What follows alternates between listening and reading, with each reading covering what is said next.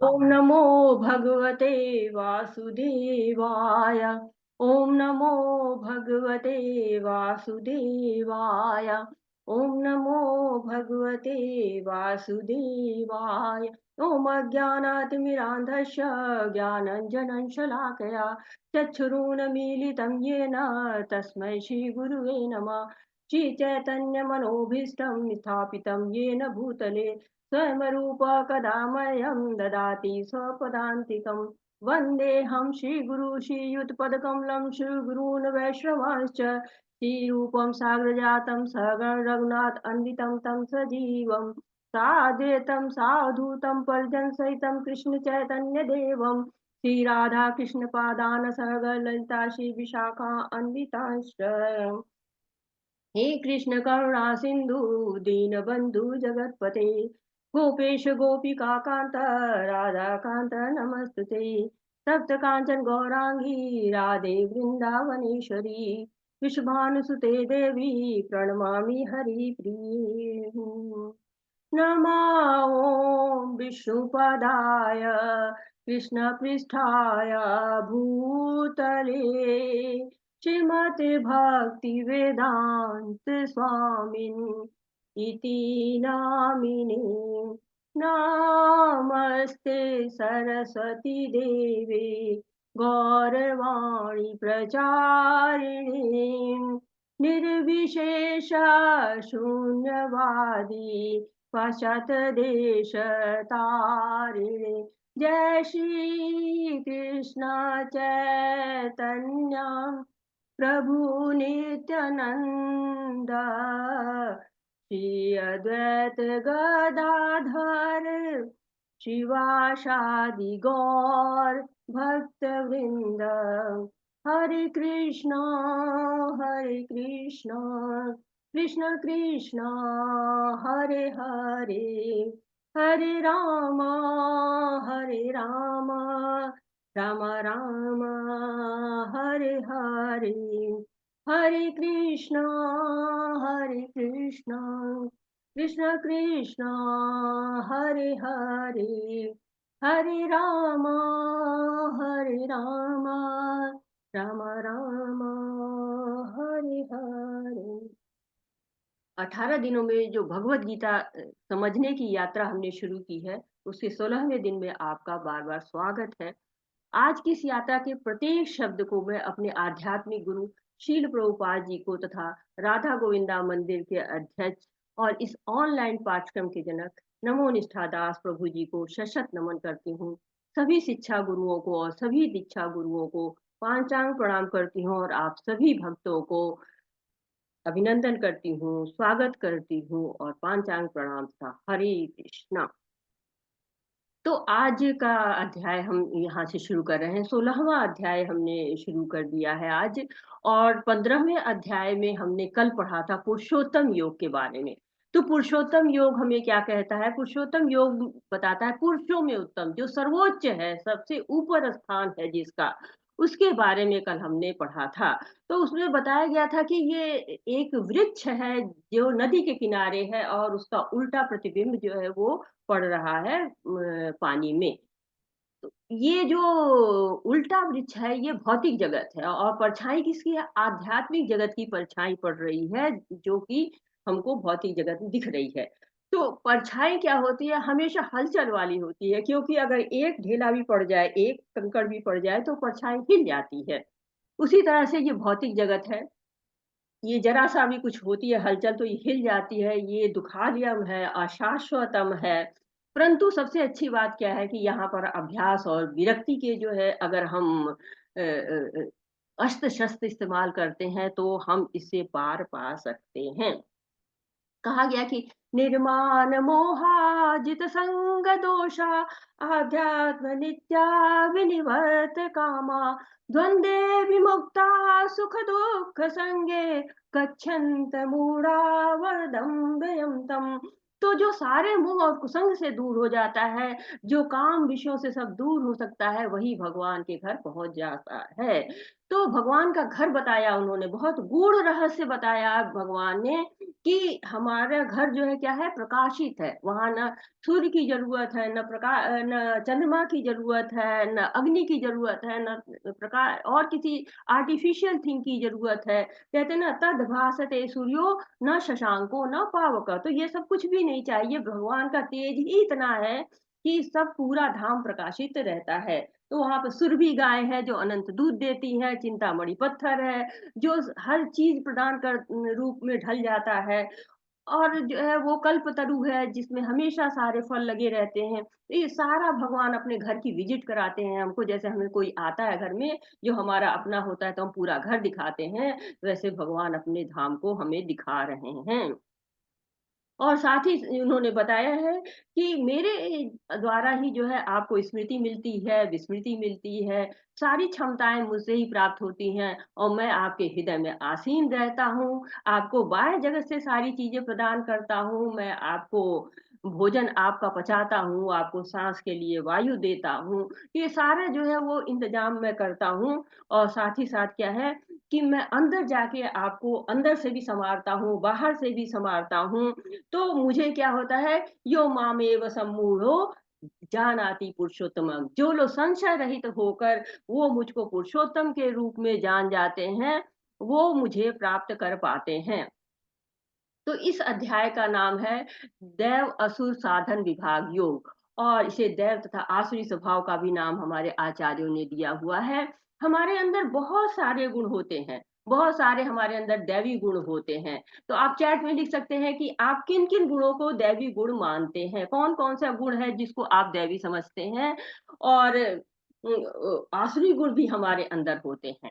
तो दैवी गुण जो होते हैं, वो जो सतोगुण में पाए जाते हैं, वो दैवी गुण कहे जाते हैं, और जो ऐसे गुण होते हैं जो अच्छे नहीं होते हैं, जो असुरों में पाए जाते हैं, उनको आसुरी गुण कहे जाते हैं।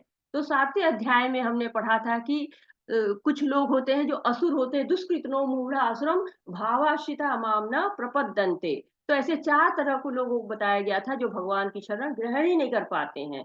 झूठ बोलते हैं, या जो है भगवान को नहीं मानते हैं, जो मूढ़ होते हैं, वो लोग गधों के जैसे परिश्रम करते हैं, नराधम होते हैं, उनका ज्ञान माया हर ली होती है, असुर होते हैं। तो ये 4 तरह के लोग भगवान के पास नहीं आते हैं। जब हम 9वाँ अध्याय पढ़ रहे थे, तो वहाँ पर भी भगवान ने बताया था, राक्षसी मासुरी चैवम प्रकृति मोह नाश्रिता। तो जो मोहग्रस्त होते हैं, जो आसुरी और नास्तिक विचारों की ओर आकृष्ट होते रहते हैं, तो इस अध्याय में उन्हीं हम अच्छे गुण वालों को और बुरे गुण वालों को हम पढ़ेंगे कि सही क्या है, गलत क्या है, हमें जो है वो शास्त्रों के द्वारा ही पता चलेगा, और शास्त्र भगवान की वाणी होती है, और शास्त्र ही पूर्ण होते हैं। और हम सब तो जो जीव हैं वो सब अपूर्ण हैं। तो पिछले अध्याय में हम पुरुषोत्तम भगवान के बारे में जाना, धाम के बारे में जाना। अब हम जो है वो जानेंगे यहाँ पर कि जीव में कौन-कौन से गुण होते हैं। जो भगवान के धाम जाने के लिए कोई भी सर्टिफ़िकेट के लिए कोई डॉक्यूमेंट की ज़रूरत नहीं है। केवल भगवत धाम जाने के लिए कुछ गुणों की ज़रूरत होती है। जिन गुणों का यहाँ पर वर्णन किया जाएगा। जब हम कहीं बाहर जाते हैं तो पासपोर्ट, वीज़ा सब करते हैं ना, वैसे भगवान भी बता रहे हैं कि कौन-कौन से गुण अगर आप अपने अंदर धारण कर लेंगे, जो दैवी गुण होंगे, वो लोग जा सकेंगे, और जो आसुरी गुण जिनमें ज़्यादा होगा, वो नहीं जा सकेंगे। तो ये जैसे आग जल जाती है, तो उसमें धुआँ भी होता है। आग पवित्र होती है और धुआँ प्रदूषण होता है। तो जब हम आग पर हवा करते हैं, तो आग जलती है, धुआँ कम होता है। परंतु हम धुएँ पर हवा कर देंगे तो धुआँ फैलता रहेगा।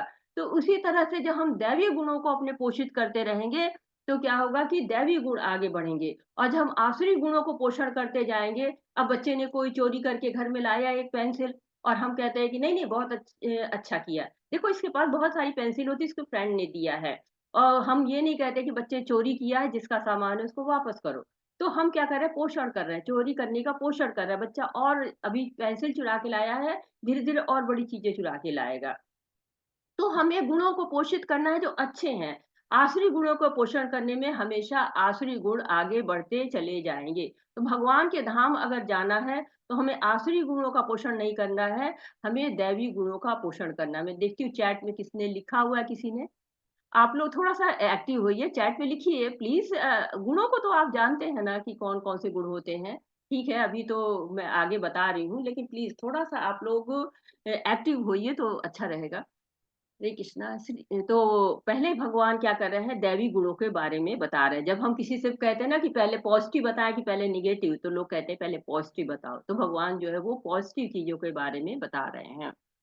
श्रीभगवानुवाच अभयं सत्त्वसंशुद्धि ज्ञानयोगव्यवस्थितः दानं दमश्च यज्ञश्च स्वाध्याय तप आर्जवम् अहिंसा सत्यं क्रोध त्याग शान्तिर्पैशुनम् दया भूतेषु लोलुप्त्वं मार्दवं हीरचापलम् तेजः धमासि शौचं द्रोहो नीतिमानिता भवन्ति सम्पदं देवीम् अभिजातस्य भारत।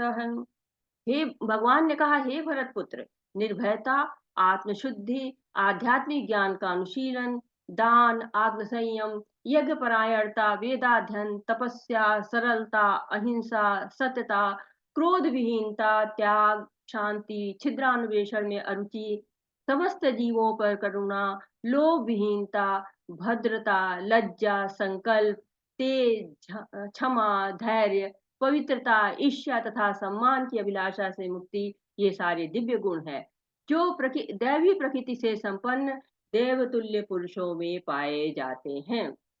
तो भगवान ने कितने सारे गुण बता दिए, जो कि देव जो है वो देव लोग जो देवता की तरह देव तुल्य, देव के बराबर उन्हीं की तो तुलना की जा सके।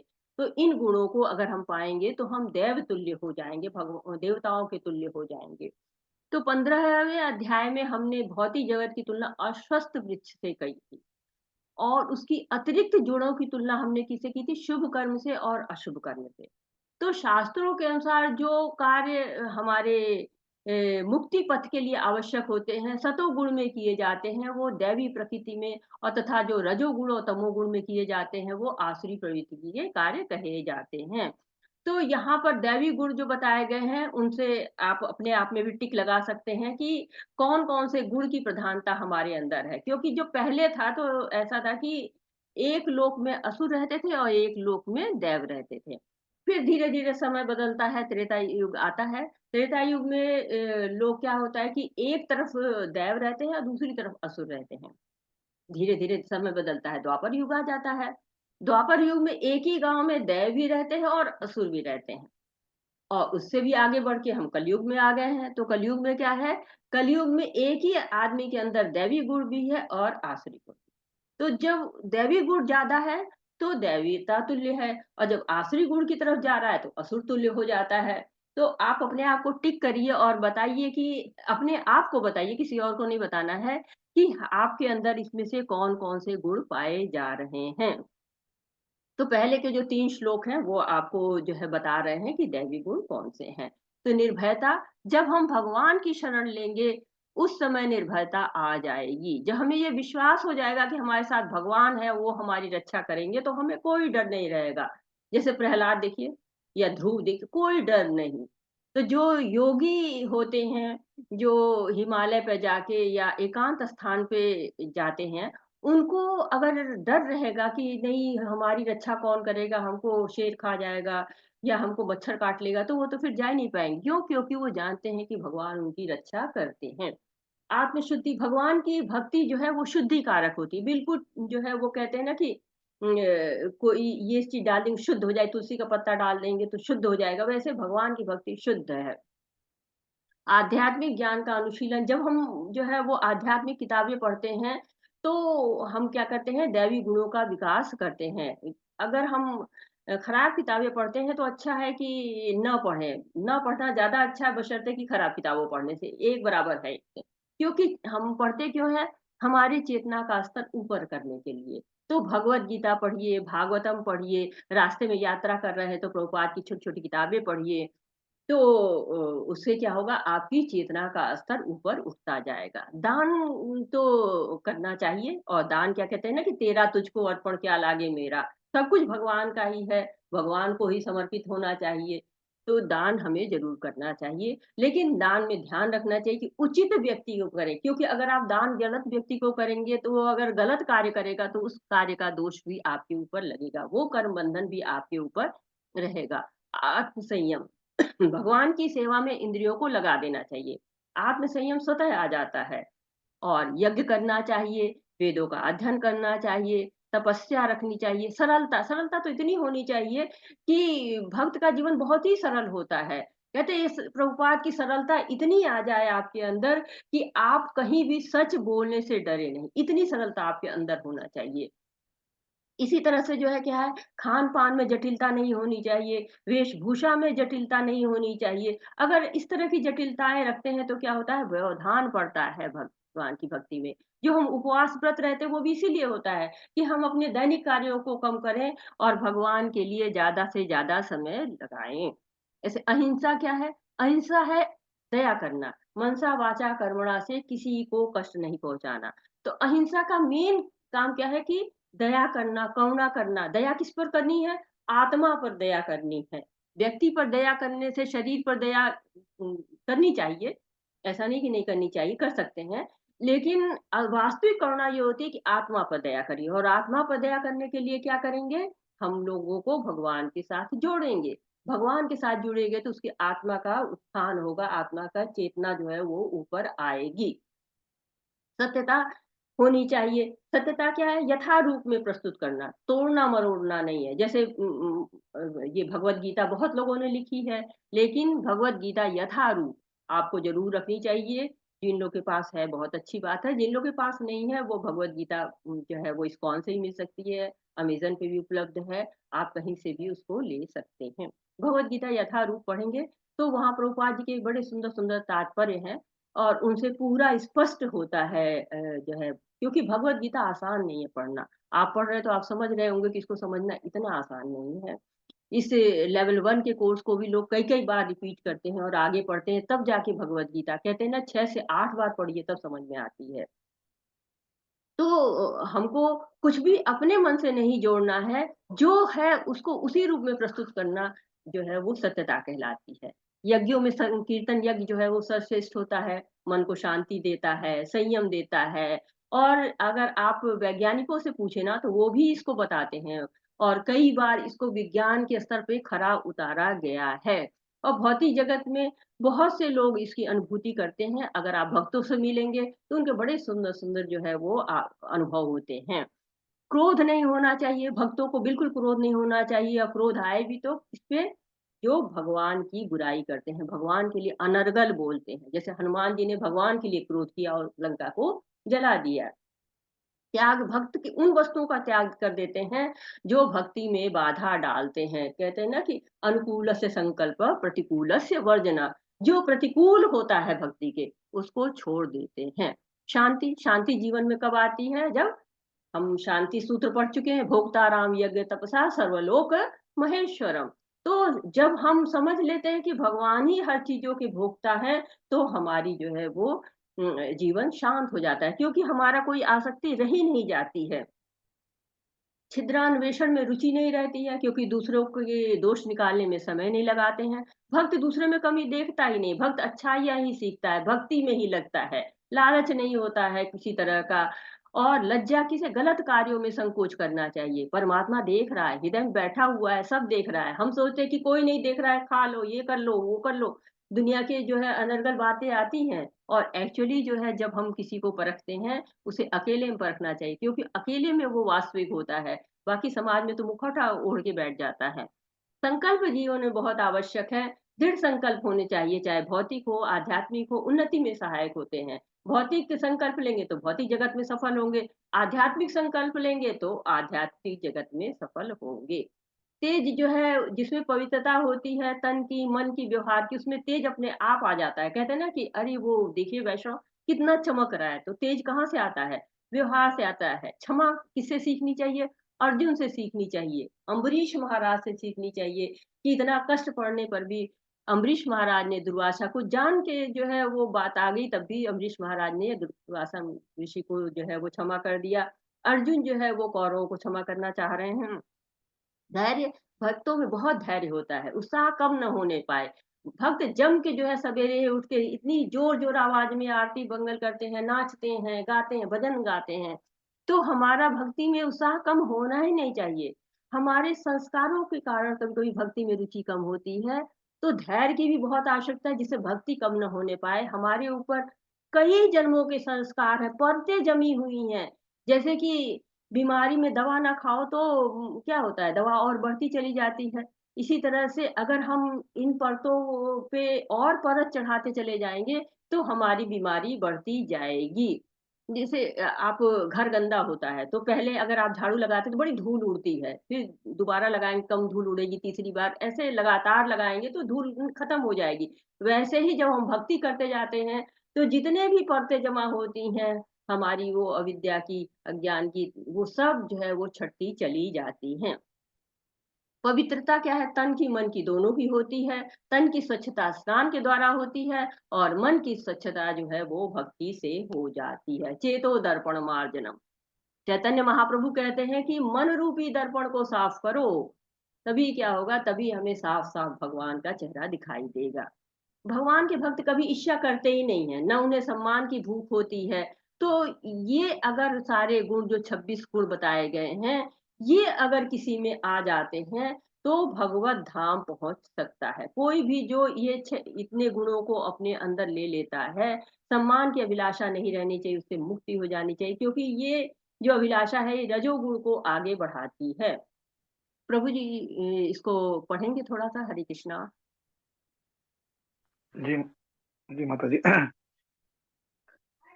छंद 16 के 1 से लेकर 3 में उल्लेखित ये सभी 26 गुण परलौकिक हैं परालौकिक है।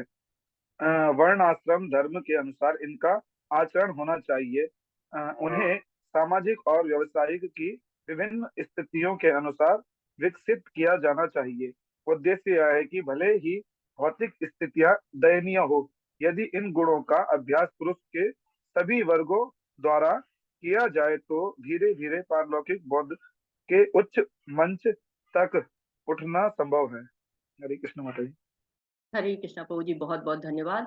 तो क्या कहा जा रहा है यहाँ पर? यहाँ पे कह रहे हैं कि प्रभुपाद जी कहते हैं कि हो सकता है कि अभी आपके अंदर सारे गुण ना हो, हमारे अंदर जो है वो कम मात्रा में हो, ज़्यादा मात्रा में हो, तो हम इन गुणों को विकसित कर सकते हैं। और जब ये गुण विकसित हो जाते हैं, तो देवतुल्य हो जाते हैं। हर व्यक्ति में किसी न किसी गुण की प्रधानता होती है, चाहे सतोगुण की हो, चाहे रजोगुण की हो, चाहे तमोगुण की हो, किसी न किसी गुण में रहता है। हम उन गुणों को जान सकते हैं, हम देख सकते हैं कि हमारे अंदर कौन-कौन से गुण हैं और भगवान ने क्या किया? भगवान ने उन्हीं गुणों के आधार पर 4 वर्णों में जो है वो विभाजित कर दिया। चातुर्वर्ण्य सिस्टम गुण कर्म विभागशः। तो गुण और कर्मों के आधार पर 4 वर्ण बनाए गए और उन गुणों को अगर विकसित करके उनके साथ क्या किया जाए, उनके साथ भगवान की भक्ति को जोड़ दिया जाए, अपने कर्मों में भगवान को जोड़ दिया जाए, तो हम में भगवान की प्राप्ति हो सकती है। वर्णाश्रम धर्म बने ही इसीलिए था कि हम अपने गुणों के आधार पर भगवान की प्राप्ति के लिए प्रयास कर सकें। तो ये जो गुण बताए गए हैं, इनको अपने अंदर विकसित करने के लिए प्रयास करना चाहिए। अब देखिए जब मधुमक्खी होती है, वो आपको गंदी जगहों पे भी बैठती है, घाव हो जाए किसी को उसी पर आके बैठेगी और मिठाइयों पर भी बैठती है, फूल पर भी बैठती है। तो हमें अब कौन-सी मक्खी बननी है, हमें किस तरह का जो है वो फूल चाहिए कि मधुमक्खी चाहिए, क्या चाहिए, ये हमको ध्यान देना है। तो हमको उन्हीं तरह के जो है वो कार्य को विकसित करना चाहिए, उन्हीं गुणों को विकसित करना चाहिए, जो कि हमारे को भगवान की तरफ ले जाएँ। जो क्योंकि ये जो गुण होते हैं ये हमको पारलौकिक होते हैं, हमको पारलौकिक बोध के उच्चतम मंच तक ये उठा सकते हैं, तो हमको ऐसे गुणों को विकसित कर लेना चाहिए। अगले जो है वो श्लोक कहता है दंभो दर्पोऽभिमानश्च क्रोध पारुषमेव च अज्ञानम चाभिजातस्य पार्थ संपद आसुरीम। हे पितापुत्र, दंभ, दर्प, अभिमान, क्रोध, कठोरता तथा अज्ञान, ये सारे आसुरी स्वभाव वालों के गुण हैं। तो अब भगवान क्या कर रहे हैं कि आसुरी स्वभाव को बता रहे हैं कि कौन कौन से गुण जो है वो आसुरी स्वभाव में आते हैं। अभी तक 26 गुण उन्होंने बताए जो कि दैवी गुण थे, और ये आसुरी गुण बता रहे हैं कौन कौन से। दंभ, दर्प, अभिमान, क्रोध, कठोरता और अज्ञान। तो आप ये कहेंगे कि दंभ, दर्प, अभिमान ये सब तो हमको एक ही तरह के लग रहे हैं, लेकिन कोई इसमें अंतर बता सकता है कि दंभ, दर्प, अभिमान में क्या अंतर होता है? हरे कृष्णा, कोई बताएगा? हरे कृष्णा। तारा माता जी, अनम्यूट हो जाइए। हरे कृष्ण माता जी। दंभ, जिसको प्राइड भी कहते हैं, जिस व्यक्ति के पास कुछ भी नहीं होता है फिर भी अपने आप को महान समझता है, उसके लिए कहा जाता है कि उसमें दंभ है। और दर्प, दर्प मतलब जिस व्यक्ति के पास, भाई सपोज उसके पास अच्छी एजुकेशन हो या उसकी कोई अच्छी पोजीशन हो तो उसे घमंड करता है, उससे कहा जाता है दर्प। और अभिमान, जो व्यक्ति चाहता है कि दूसरे व्यक्ति उसका सम्मान करें, अगर सम्मान न हो तो वो दुखी हो जाता है, ऐसे व्यक्ति को अभिमानी कहा जाता है। माता जी, हरे कृष्णा तो माता जी, इतना ही बहुत कुछ है। सुंदर, बहुत सुंदर माता जी, बहुत सुंदर। रमेश प्रभु जी, हरे कृष्णा।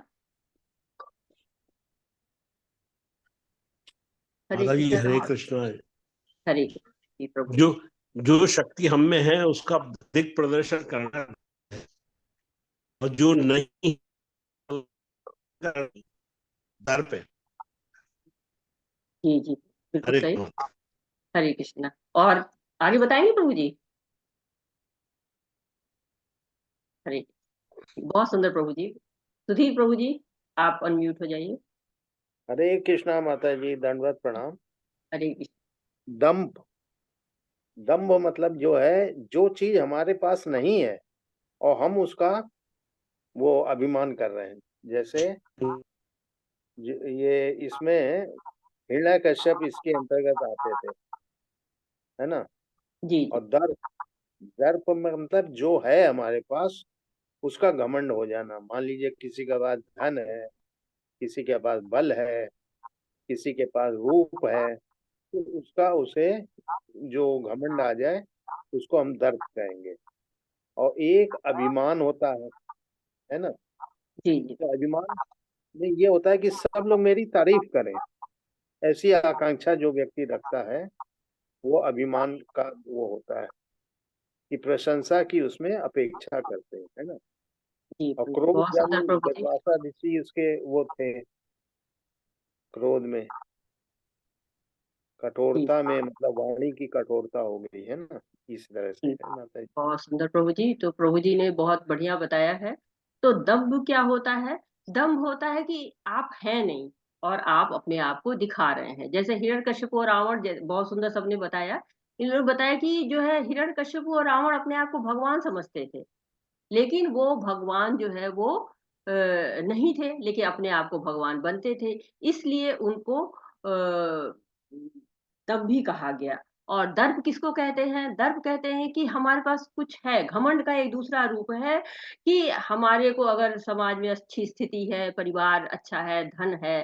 जैसे इंद्र थे, उनको अपने पद का घमंड हो गया था। तो इंद्र भी पोस्ट है, बदलते रहते हैं, और लेकिन वो अपने आप को सबसे ऊपर समझने लगे कि नहीं, मैं ही भगवान हूँ, अपने आप को समझने लगे, अपने पद का घमंड हो गया। तो ये दर्प कहलाता है।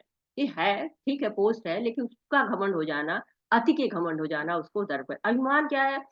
ये दंभ और दर्प तो हमको खुद को होता है, लेकिन अभिमान क्या होता है कि हम दूसरों से आशा करना शुरू कर देते हैं, कि मान की अभिलाषा हो जाती है। जो है वो हमको चाहिए कि हमारा सम्मान करो, हमको पूजो। जैसे कि प्रजापति दक्ष थे, उन्होंने शिव जी को नमस्कार नहीं, शिव जी ने नमस्कार नहीं किया तो बुरा मान गए। तो ये आसुरी लोग क्या करते हैं? सम्मान की अभिलाषा करते हैं। क्रोध ये भी आसुरी स्वभाव है, जिनको क्रोध बहुत आता है। जैसे लकड़ी से अग्नि जल जाती है और उस लकड़ी को ही जला देती है, वैसे ही ये असुर क्या करते हैं कि कई बार इतने क्रोध में जाते हैं कि खुद अपना ही नाश कर लेते हैं। कठोरता, कटु बोलना, किसी के प्रति इतना अधिक कठोर हो जाना कि हम उसको उसके हित अहित किसी का ध्यान ही ना दें, तो ऐसे लोग किसी को भी प्रिय नहीं होते हैं। अज्ञानता ये जो है क्या होता है, तमोगुण का प्रभाव है, ज्ञान पे पर्दा पड़ा रहता है, कहते हैं ना कि अकल पर पर्दा पड़ गया है, तो ये अज्ञानता इन लोग के अंदर होती है। तो दिव्य गुण वालों से बिल्कुल ही उलट इनका स्वभाव होता है। इनके अंदर दर्प, अभिमान, क्रोध, कठोरता और अज्ञान, ये सारे गुण पाए जाते हैं। ये आसुरी लोग के गुण है। देवी संपदि मोक्षाय निबंधाय सुरीमता मासु च संपदम दैवीं अभिजातोषि पांडवः। दिव्य गुण मोक्ष के लिए अनुकूल है और आसुरी गुण बंधन दिलाने के लिए। हे पांडुपुत्र, तुम चिंता मत करो, क्योंकि तुम दैवी गुणों से युक्त होकर जन्मे हो। अब यहाँ पे क्या होता है कि अर्जुन को थोड़ा सा डर हो जाता है कि मैं भी तो अपने कुल के लोगों को नाश करने जा रहा हूँ, तो वो थोड़ा सा चिंतित हो जाते हैं। तो भगवान क्या कह रहे हैं कि अर्जुन, तुम चिंता मत करो, तुम दैवी गुणों से युक्त होकर जन्मे हो। भगवान अर्जुन को उसकी स्थिति बता रहे हैं, क्योंकि वो भगवान की शक्ति के कारण तो मोहित अवस्था में है। और जो जन्म जो है वो हुआ है उसका, वो अच्छे गुण के साथ हुआ है, ऐसा भगवान बता रहे। क्योंकि अर्जुन जो है साधारण मनुष्य नहीं है, वो भगवान का पार्षद है। जब भी भगवान धराधाम पे आते हैं तो पार्षद उनके साथ आते हैं। जैसे रामचंद्र जी आए तो वानर रूप में, उनके पार्षद आए तो कौशल्या माता, दशरथ, कैकेयी, सुमित्रा, भरत के रूप में आए। जब कृष्ण रूप में आए तो गोपियां, ग्वाले, उनके पार्षद उनके रूप में आए। यशोदा माता, देवकी माता, वसुदेव, नंद, ये सब क्या है, ये सब नित्य पार्षद हैं। तो बता रहे हैं कि बहुनी में व्यतीतानि जन्मानि तव चार्जुन तन्याहम वेद सर्वाणी न तुम वेद परंतप। तो ये बता रहे हैं कि तुम जो है वो लेके सारे दैवी गुणों को जन्म लिए हो। अब इस का एक, जो लोग मनोधर्म की बात होती है, मनोधर्म वाले क्या करते हैं, अपने मन से उसका निकालते रहते हैं अर्थ, क्योंकि वो कुछ भी जानते नहीं। तो एक लोगों ने, मैंने सुना कि एक लोग बता रहे थे कि जन्मानी तब 4 जून, यानी कि अर्जुन जो है वो 4 जून को जन्म लिया था। तो ऐसे ऐसे लोग भी भगवत गीता के बारे में टिकाए करते हैं। इसलिए हमको प्रामाणिक गुरुओं से सुनना चाहिए, प्रामाणिक जो है जगह से सुनना चाहिए, तभी हम भगवान के बारे में सही सही जान सकेंगे। नहीं तो समाज में हर तरह के लोग हैं जो किसी भी तरह की व्याख्या कर सकते हैं। हमें ऐसे लोगों से जो है भगवत गीता नहीं सुननी चाहिए, क्योंकि भगवान की वाणी को भक्तों के मुंह से ही सुनना ठीक रहता है। द्वौ भूत सर्गो लोके अस्मिन् दैवासुर एव च दैवो विस्तरशः प्रोक्त आसुरं पार्थ मे शृणु। हे पितापुत्र, इस संसार में सृजित प्राणी 2 प्रकार के होते हैं, दैवी तथा आसुरी। मैं पहले ही विस्तार से तुम्हें दैवी गुण बतला चुका हूँ। अब मुझसे आसुरी गुणों के विषय में सुनो। तो क्या कह रहे हैं कि मैं तुमको इस संसार में 2 तरह के जीव हैं, एक दैवी है और दूसरा आसुरी है। तो भगवान न तो ने दैवी गुण को, 26 गुणों को विस्तार से बताया, आसुरी गुणों की भी चर्चा की। तो शास्त्रों में बताया गया है कि दोनों की वो जो उत्पत्ति होती है वो एक ही जगह से होती है, दोनों प्रजापतियों की संतान है। पर अंतर क्यों हो जाता है, क्योंकि एक श्रेणी के लोग जो दैवी गुण वाले होते हैं, वो भगवान के आदेशों से जो शास्त्रों में लिखा होता है उसको मानते हैं, और जो दूसरे तरह के लोग होते हैं वो नहीं मानते हैं, वो अपनी जो है बुद्धि से कार्य करते हैं, तो उनको आसुरी गुणों की तरफ प्रवृत्त हो जाते हैं। प्रवृत्तिं च निवृत्तिं च जनाना विदुरासुरा न शौचम नापि चाचारो न सत्यम तेषु विद्यते। जो आसुरी हैं वो यह नहीं जानते कि क्या करना चाहिए और क्या नहीं करना चाहिए। उनमें न तो पवित्रता, न उचित आचरण और न ही सत्य पाया जाता है। तो यहाँ पर बता रहे हैं कि प्रवृत्तिं च, क्या करना चाहिए, और निवृत्तिम, क्या नहीं करना चाहिए। यानी जो हम कहते हैं डूज एंड डोंट्स, क्या करना है क्या नहीं करना है। तो आसुरी गुणों के बारे में चर्चा करते हुए भगवान कहते हैं कि जिनकी आवृत्ति आसुरी होती है, वो नहीं जानते कि वो क्या कर रहे हैं और क्यों कर रहे हैं, करने का उद्देश्य क्या है। और जब हम बिना उद्देश्य के कोई काम करते हैं तो क्या होता है, कोई सार्थक परिणाम नहीं निकलता है। जो उनको मन को भाता है वो वही करने लगते हैं। इनमें से भी कुछ लोग ऐसे हैं जो जानते ही नहीं कि ज्ञान क्या होता है, कि क्या करना चाहिए, क्या नहीं करना चाहिए। और कुछ लोगों को पता होता है पर जानते हुए भी नहीं करना चाहते हैं। और तब वो क्या करते हैं, गलत कार्यों में लिप्त हो जाते हैं। क्यों? क्योंकि मन के अधीन होते हैं, जैसा मन कह रहा है वैसा करते हैं। सुबह उठने को कहा जा रहा है कि सुबह उठिए, भगवान की आरती करिए, भगवान की बातें में श्रवण करिए, तो वो कहते नहीं, रात जो है देर तक हमें जगना है। हम जो है, और जब देर रात तक जगते हैं तो उनकी दिनचर्या प्रभावित हो जाती है। जैसे पवित्रता बाहर और अंदर की होती है, तो हो सकता है कि नहा धोकर अच्छे कपड़े पहन ले, लेकिन भीतर अभी भी अशुद्धि है। क्यों? क्योंकि आत्मा पवित्र नहीं है। आत्मा पवित्र नहीं है तो आचरण पवित्र नहीं है। और कभी-कभी आचरण पर लगता है कि बहुत अच्छा आचरण कर रहे हैं, तो उसके पीछे भौतिक लाभ छुपा होता है। तो भगवत गीता जो है वो बार-बार हमको बताती है कि हमको अंदर-बाहर दोनों से शुद्ध होना चाहिए। 15वें अध्याय में ही कहा गया, यतन्तो योगिनश्चैनं पश्यन्ति आत्मनि अवस्थितं, यतन्तो अति अकृतं आत्मनः नैनं पश्यन्त चेतसः। तो जो योगी जन आत्म साक्षात्कार के लिए प्रयास करते हैं, वो सब उनको दिखाई पड़ता है। लेकिन जिनके मन जो है वो अभी भगवान की तरफ नहीं लगे हुए हैं, वो चाह कर भी कुछ भी नहीं कर पाते हैं, ना चाह कर सही अवस्था में देख पाते हैं। तो दैवी गुणों के बजाय उनके आसुरी गुण बढ़ते जाते हैं। क्यों? क्योंकि उन्होंने अपने विचारों को वैसा बना लिया है। अगर विचारों को भगवान की तरफ मोड़ेंगे, तो सही-सही कार्य कर पाएँगे। अगर विचार ही गलत दिशा में हैं, तो वो गलत कार्य करेंगे। असत्यं प्रतिष्ठं ते जगदाहुरनश्वरम् अपरस्परं सम्भूता किमन्या काम हेतुकम्। वे कहते हैं कि यह जगत मिथ्या है, इसका कोई आधार नहीं है होता। उनका कहना है कि यह कामेच्छा से उत्पन्न होता है और काम के अतिरिक्त अन्य कोई कारण नहीं है। तो जो आसुरी लोग हैं, नास्तिक लोग हैं, वो लोग क्या कहते हैं कि ये जगत जो है वो मिथ्या है। मिथ्या जो है वो क्यों है जगत? क्योंकि बताएँगे आप लोग मिथ्या क्यों है जगत?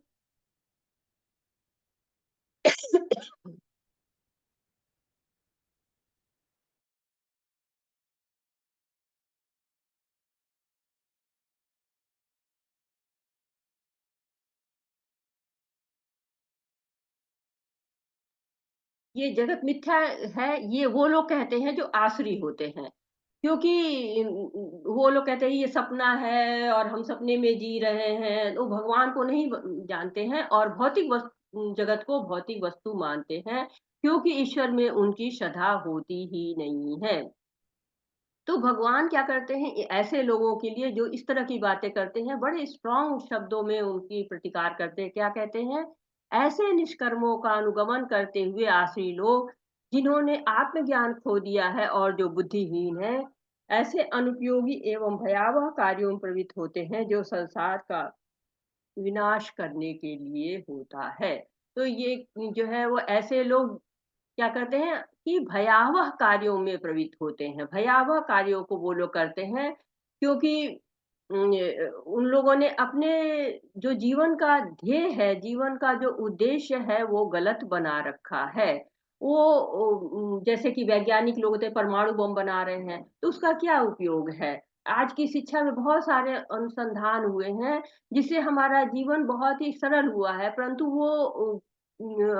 वो विज्ञान तो अच्छे हैं जो कि इस तरह का सरल हुआ है, लेकिन ऐसे भी लोग हैं जो लोग कि ऐसी चीज़ों को बना दे रहे हैं जिससे मानव जाति का विनाश हो जाए, मानव जाति सही कार्य ना कर पाए। जैसे ये हम लोग ज़ूम के द्वारा पढ़ रहे हैं तो ये बहुत अच्छा कार्य कर रहे हैं, हम लोग भक्ति का कार्य कर रहे हैं। लेकिन इसी के द्वारा जो आजकल इंटरनेट है, मोबाइल है, कंप्यूटर है, इसी के द्वारा बहुत से लोग गलत कार्य कर रहे हैं। क्यों? क्योंकि उनको आध्यात्मिक शिक्षा नहीं मिल रही है, वो केवल भोग की चिंता करते जा रहे हैं। तो ऐसे लोगों के लिए भगवान बहुत ही स्ट्रॉन्ग शब्दों का प्रयोग कर रहे हैं कि ये लोग बुद्धिहीन हैं। और बुद्धिहीन क्योंकि बुद्धि का सही जगह उपयोग वो लोग नहीं कर रहे हैं। कभी न संतुष्ट होने वाले काम का आश्रय लेकर तथा गर्व के मद एवं मिथ्या प्रतिष्ठा में डूबे हुए आश्रयी लोग इस तरह मोहग्रस्त होकर सदैव क्षण भंगुर वस्तुओं के द्वारा अपवित्र कर्म का व्रत लिए रहते हैं। उनका विश्वास है कि इंद्रियों की तुष्टि ही मानव सभ्यता की मूल आवश्यकता है। इस प्रकार मरण काल तक उनको अपार चिंता होती रहती है। वे लाख इच्छाओं के जाल में बंधकर तथा काम और क्रोध में लीन होकर इंद्रिय तृप्ति के लिए अवैध रूप से धन संग्रह करते रहते हैं। तो यहाँ पर क्या कह रहे हैं कि काम के बारे में बताया गया है कि आसुरी लोग जो है वो व्रत लिए रहते हैं कि हाँ हम कर्म का व्रत करते रहते हैं, लेकिन उनमें कोई सुधार की गुंजाइश नहीं होती है। क्यों? क्योंकि उनका जो व्रत होता है वो अपवित्र कर्म का व्रत होता है और इच्छाएं समाप्त न होने की वजह से, भोगों के लिए कार्य करने की वजह से वो हमेशा उनका जीवन जो है वो भोग जुटाने में लगा रहता है, हमेशा झूठी प्रतिष्ठा में लगे रहते हैं, घमंड में लगे रहते हैं। जैसे रावण को अपनी बुद्धि और बल पे बहुत अभिमान था और उसकी भाई विभीषण ने उसको बहुत समझाया, उसकी पत्नी ने बहुत समझाया, भगवान के पार्षदों ने समझाया, हनुमान जी ने समझाया, अंगद जी ने समझाया, स्वयं भगवान जी ने भी समझाया, पर नहीं सुना। ऐसे ही दुर्योधन को भीष्म ने समझाया, द्रोणाचार्य ने समझाया, भगवान भी शांति दूत बन के गए, लेकिन किसी का भी नहीं सुना उसने। क्यों? क्यों? आसुरी स्वभाव है, अपने आगे किसी की नहीं सुनते हैं, भगवान की भी नहीं सुनते हैं। स्वयं भगवान आके खड़े हो गए तो उनकी बात भी नहीं सुने। अब जैसे कि हम छोटी सी एक कहानी आपको सुनाते हैं। जैसे कि द्वापर युग समाप्त होने का था और कलयुग आने वाला था। परीक्षित महाराज का राज्य पूरे विश्व में था। भागवतम की कहानी है ये। परीक्षित जो है वो राज ऋषि थे। कलयुग आना चाह रहा था, आ नहीं पा रहा था। कलयुग कलयुग बहुत प्रयास करता है, परीक्षित से उसका युद्ध भी होता है, परंतु वह जीत नहीं पाता है, तो शरणागत हो जाता है। कहता है कि महाराज मुझे शरण दीजिए। और जो राजा होते हैं शरण देना उनका काम होता है। फिर जो है वो सतयुग आया, त्रेता आया, द्वापर आया, तो कलयुग कैसे नहीं आता? उसको तो आना ही था। परीक्षित महाराज के कारण नहीं आ पा रहा था। तो उसने कहा कि मुझे शरण दे दीजिए। तो राजा ने कहा तुम कहाँ शरण चाहते हो? तो कलयुग 4 ऐसी जगह चुनता है जहां से धर्म नष्ट हो जाए। तो वो पहले अवैध संबंध चुनता है, क्योंकि धर्म के 4 स्तंभ होते हैं, सत्य, दया, तप और शौच, अर्थात जब पवित्रता। तो अवैध संबंध से पवित्रता एक स्तंभ टूट गया। फिर जुआ, सत्य का नाश होता है, जुआ से झूठ पनपता है, तो दूसरा जो है वो टूट गया। फिर नशा, जो करता है वो तप नहीं कर सकता, तो तपस्या का जो है वो टूट गया, क्योंकि तपस्या के लिए बहुत मजबूत शरीर चाहिए, तपाना पड़ता है स्वयं को। फिर दया, मांसाहार जो है वो जो करता है उसकी दया समाप्त हो जाती है। तो कलयुग का प्रभाव इन चारों जगहों पे पाया जाता है और उसने धर्म के जो है चारों स्तंभ पर वार कर दिया है। देख रहे हैं हम, इसी कारण जो है वो धर्म का नाश हो रहा है। धार्मिक गतिविधियां जो है वो हो तो रही हैं, लेकिन लोग अपने मन से कर रहे हैं। तो भगवान जो है वो जानते हैं ऐसे सब लोग हो जाएंगे, तो उन्होंने क्या किया कि उन्होंने भगवत प्राप्ति की विधि को ही सरल कर दिया। और जब सुखदेव गोस्वामी परीक्षित महाराज जो है, सुखदेव गोस्वामी परीक्षित से पूछते हैं, परीक्षित महाराज की जब कलयुग इस तरह धर्म का नाश करता रहेगा तो कलयुग के लोगों का उद्धार कैसे होगा? तो सुखदेव गोस्वामी कहते हैं कि कलयुग में चाहे लाख बुराई हो, परंतु कलयुग में एक अच्छा गुण है कि कलयुग में ध्यान करना मुश्किल होगा, बड़े बड़े यज्ञ तप करना कठिन होगा, लेकिन भगवान के नाम का सुमिरन कर सकते हैं और उतना ही फल मिलेगा। और इसीलिए बड़े बड़े ऋषि मुनि कलयुग में आना चाहते हैं, क्योंकि केवल नाम संकीर्तन से ही भगवान की प्राप्ति हो जाएगी। क्योंकि भागवतम में भी कहा गया है कि तो ध्यायतम विष्णु त्रेतम यजते मखई द्वापरे परिचारयम कलौ तद हरि कीर्तनम। तो केवल 16 अक्षरों के नाम कलयुग में सारे कल्मश का नाश कर सकता है। ब्रह्मनादी पुराण भी कहता है हरि नाम हरि नाम केवलम कलौ नास्ते नास्ते गतिर अन्यथा।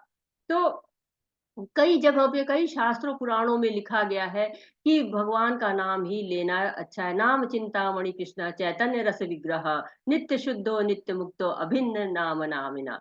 तो भगवान के नाम में और भगवान में कोई अंतर नहीं है। इसलिए कलयुग में जो नाम आधारा है उसी को लेकर हम भवसागर को पार कर सकते हैं। प्रभुपाद जी ने सिद्ध भी करके दिखाया, क्योंकि हिप्पी लोग अमेरिका में उनको मिले और युद्ध का समय था, रिफ्यूजी लोग कैंप में आ रहे थे। तो इस 4 सिद्धांत को न मानने वाले लोग थे, लेकिन भगवान के भक्त बन गए। कैसे? प्रसादम खिला के और भगवान का नाम जपते-जपते। तो प्रभुपाद जी ने प्रयास किया और शास्त्रों में जो कुछ भी लिखा हुआ था, उसको प्रैक्टिकली करके सिखाया। तो हम भी प्रभुपाद जी की परंपरा को ही आगे बढ़ा रहे हैं, इस विश्वास के साथ कि सब लोग कृष्णमय हो जाएँगे। और ये विश्वास हमको मिल कहाँ से रहा है? प्रभुपाद जी से मिल रहा है। तो कलयुग में भगवान के नाम का ही आश्रय लेना चाहिए, भगवान के नाम का ही संकीर्तन करना चाहिए और इसके लिए माला बढ़ानी चाहिए। और माला बढ़ाएँगे, जैसे-जैसे हम अपनी माला बढ़ाते जाएँगे, भगवान के कार्य करते जाएँगे, वैसे-वैसे हम शुद्ध होते जाएँगे। अब यहाँ आसुरी व्यक्तियों का वर्णन हो रहा है। आसुरी व्यक्ति सोचता है कि आज मेरे पास इतना धन है और अपनी योजनाओं से मैं और धन अधिक कमाऊँगा। इस समय मेरे पास इतना है, भविष्य में यह बढ़कर और अधिक हो जाएगा। वह मेरा शत्रु है, मैंने उसे मार दिया है और अन्य शत्रु भी मार दिए जाएँगे। मैं सभी वस्तुओं का स्वामी हूँ, मैं भोक्ता हूँ, मैं सिद्ध शक्तिमान तथा सुखी हूँ, मैं सबसे धनी व्यक्ति हूँ और मेरे आस-पास मेरे कुलीन संबंधी हैं, कोई अन्य मेरे समान शक्तिमान तथा सुखी नहीं है। मैं यज्ञ करूँगा, मैं दान दूँगा, इस तरह आनंद मनाऊँगा। इस प्रकार ऐसे व्यक्ति अज्ञानवश मोहग्रस्त होते रहते हैं। अब क्या है, आसुरी व्यक्तियों का वर्णन है कि उनका दिमाग कैसे चलता है, कैसे वो अपनी जो है डे ड्रीमिंग करते रहते हैं और डे ड्रीमिंग की मैं यज्ञ करूँगा, ये होगा, वो होगा, किस मानसिकता में जीते हैं लोग और क्या परिणाम होता है उसकी बात हो रही है। तो जो आसुरी लोग होते हैं उनकी इच्छाएँ असीम होती हैं, सीमा ही नहीं है, कितना धन कमाना है उसका कोई जो है वो है ही नहीं है, कोई लिमिट ही नहीं है। और आजकल आप देखिए कि लोग धन कमाते हैं और धन कमा के छोड़ के चले जाते हैं, तो क्या फ़ायदा उस धन का? उस धन को कमाने के लिए कितने गलत-गलत कार्य करते हैं। तो धन हमें कमाना किस लिए है, उसकी कहाँ पर हम आपको आके रुक जाना है, ये हमें पता ही नहीं होता है। तो धन जो आ रहा है, कहाँ से आ रहा है, क्यों आ रहा है, किसी गलत सोच से तो नहीं आ रहा है, कुछ भी नहीं सोच पाते हैं और कुछ भी समझाने की कोशिश करो तो फिर आपको वो परम वैरी मान लेते हैं। सही रास्ता जिसने बताया वही परम शत्रु। तो स्वयं को ही सबसे ज़्यादा ज्ञानी समझते हैं, श्रेष्ठ समझते हैं, काम को अच्छा भी हो तो उनको समझ में नहीं आता है, क्योंकि वो काम जो अच्छा काम भी कोई करे ना तो वो भी भौतिक फ़ायदे के लिए करते हैं। भगवान की सेवा उसमें कोई भाव नहीं रहता है। भगवान की सेवा तो बहुत दूर की बात है। इस तरह जीवन व्यतीत करते रहते हैं कि केवल भोग करना है और संतुष्टि कभी नहीं पाते हैं। और परिणाम क्या होता है? माया मिली ना कृष्ण। एक बार प्रभुपाद जी से किसी ने पूछा कि अ, अगर आप पूरी ज़िंदगी जो है कृष्णा, कृष्णा, कृष्णा कर रहे हैं और जीवन के अंत में ये पता चले कि कृष्ण है ही नहीं, तो आप क्या करेंगे? तो प्रभुपाद जी ने कहा कि कोई बात नहीं, अगर हमने जाना जीवन के अंत में कि कृष्ण नहीं है, तो भी हमने पूरी ज़िंदगी बड़े सुख से व्यतीत किया है, भगवान के उसमें बड़े आनंद से व्यतीत किया है। लेकिन आप सोचिए, अगर आपको जीवन के अंत में पता चल जाए कि कृष्ण है, तो आप क्या करेंगे? क्योंकि पूरी ज़िंदगी तो आपने भगवान का नाम लिया नहीं है। तो ऐसे ही हिरण्यकश्यप भी था कि ब्रह्मा जी से तप कर के ये इतना तप किया और वरदान क्या माँगा? स्वयं के नाश का जो है वरदान माँग लिया कि पृथ्वी पर राज करेंगे, देवलोक पर राज करेंगे, वैकुंठ लोक पर राज करेंगे। ऐसी योजनाएँ बनाते रहते हैं, पर दैवी गुण नहीं होता है, तो वो योजनाएँ पूरी नहीं होती हैं। और भक्त परिश्रम करता है, कृष्ण की सेवा करता है, लेकिन निराश नहीं होता है। असुर बहुत जल्दी परेशान हो जाते हैं। क्योंकि उनमें धैर्य नहीं होता है, धीरज नहीं होता है।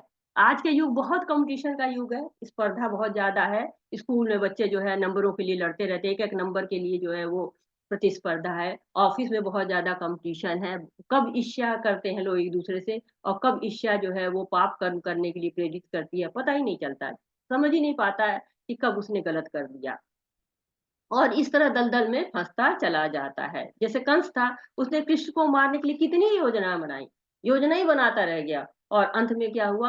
अंत में स्वयं के ही जान से हाथ धो दिया। जबकि क्या था? बहुत बुद्धिमान था, बहुत बल वाला था और वो देवकी को बहुत मानता भी था अपनी बहन जैसे। लेकिन ज़रा पल में उसने अगर सोचा होता कि भगवान के ऊपर है, जब हमें जाना होगा चले जाएँगे, जब ले जाने वाला ले जाएगा। अगर इस तरह भगवान के ऊपर छोड़ देता तो आराम से पूरी ज़िंदगी व्यतीत करता। लेकिन आसुरी व्यक्ति क्या करते हैं, स्वयं को बलवान मानते हैं, स्वयं को ही सोचते हैं कि मैं ही संपन्न हूँ, मैं ही सारा काम कर लूँगा और मैं ही जो है वो सारे सुख भोगूँगा। तो ऐसे नहीं, जैसे बिल्लियाँ होती हैं, उनका भी ऐसे ही होता है कि सारी बिल्लियाँ मर जाए तो मैं सारा जो है दूध पी लूँगी। इसी तरह से आसुरी व्यक्ति भी वो दान भी करेंगे, यज्ञ भी करेंगे, तो उनका उद्देश्य कहीं भी भगवान का नहीं होगा, वो हमेशा भोग के लिए ही करेंगे, उनका उद्देश्य केवल भोग करना होगा।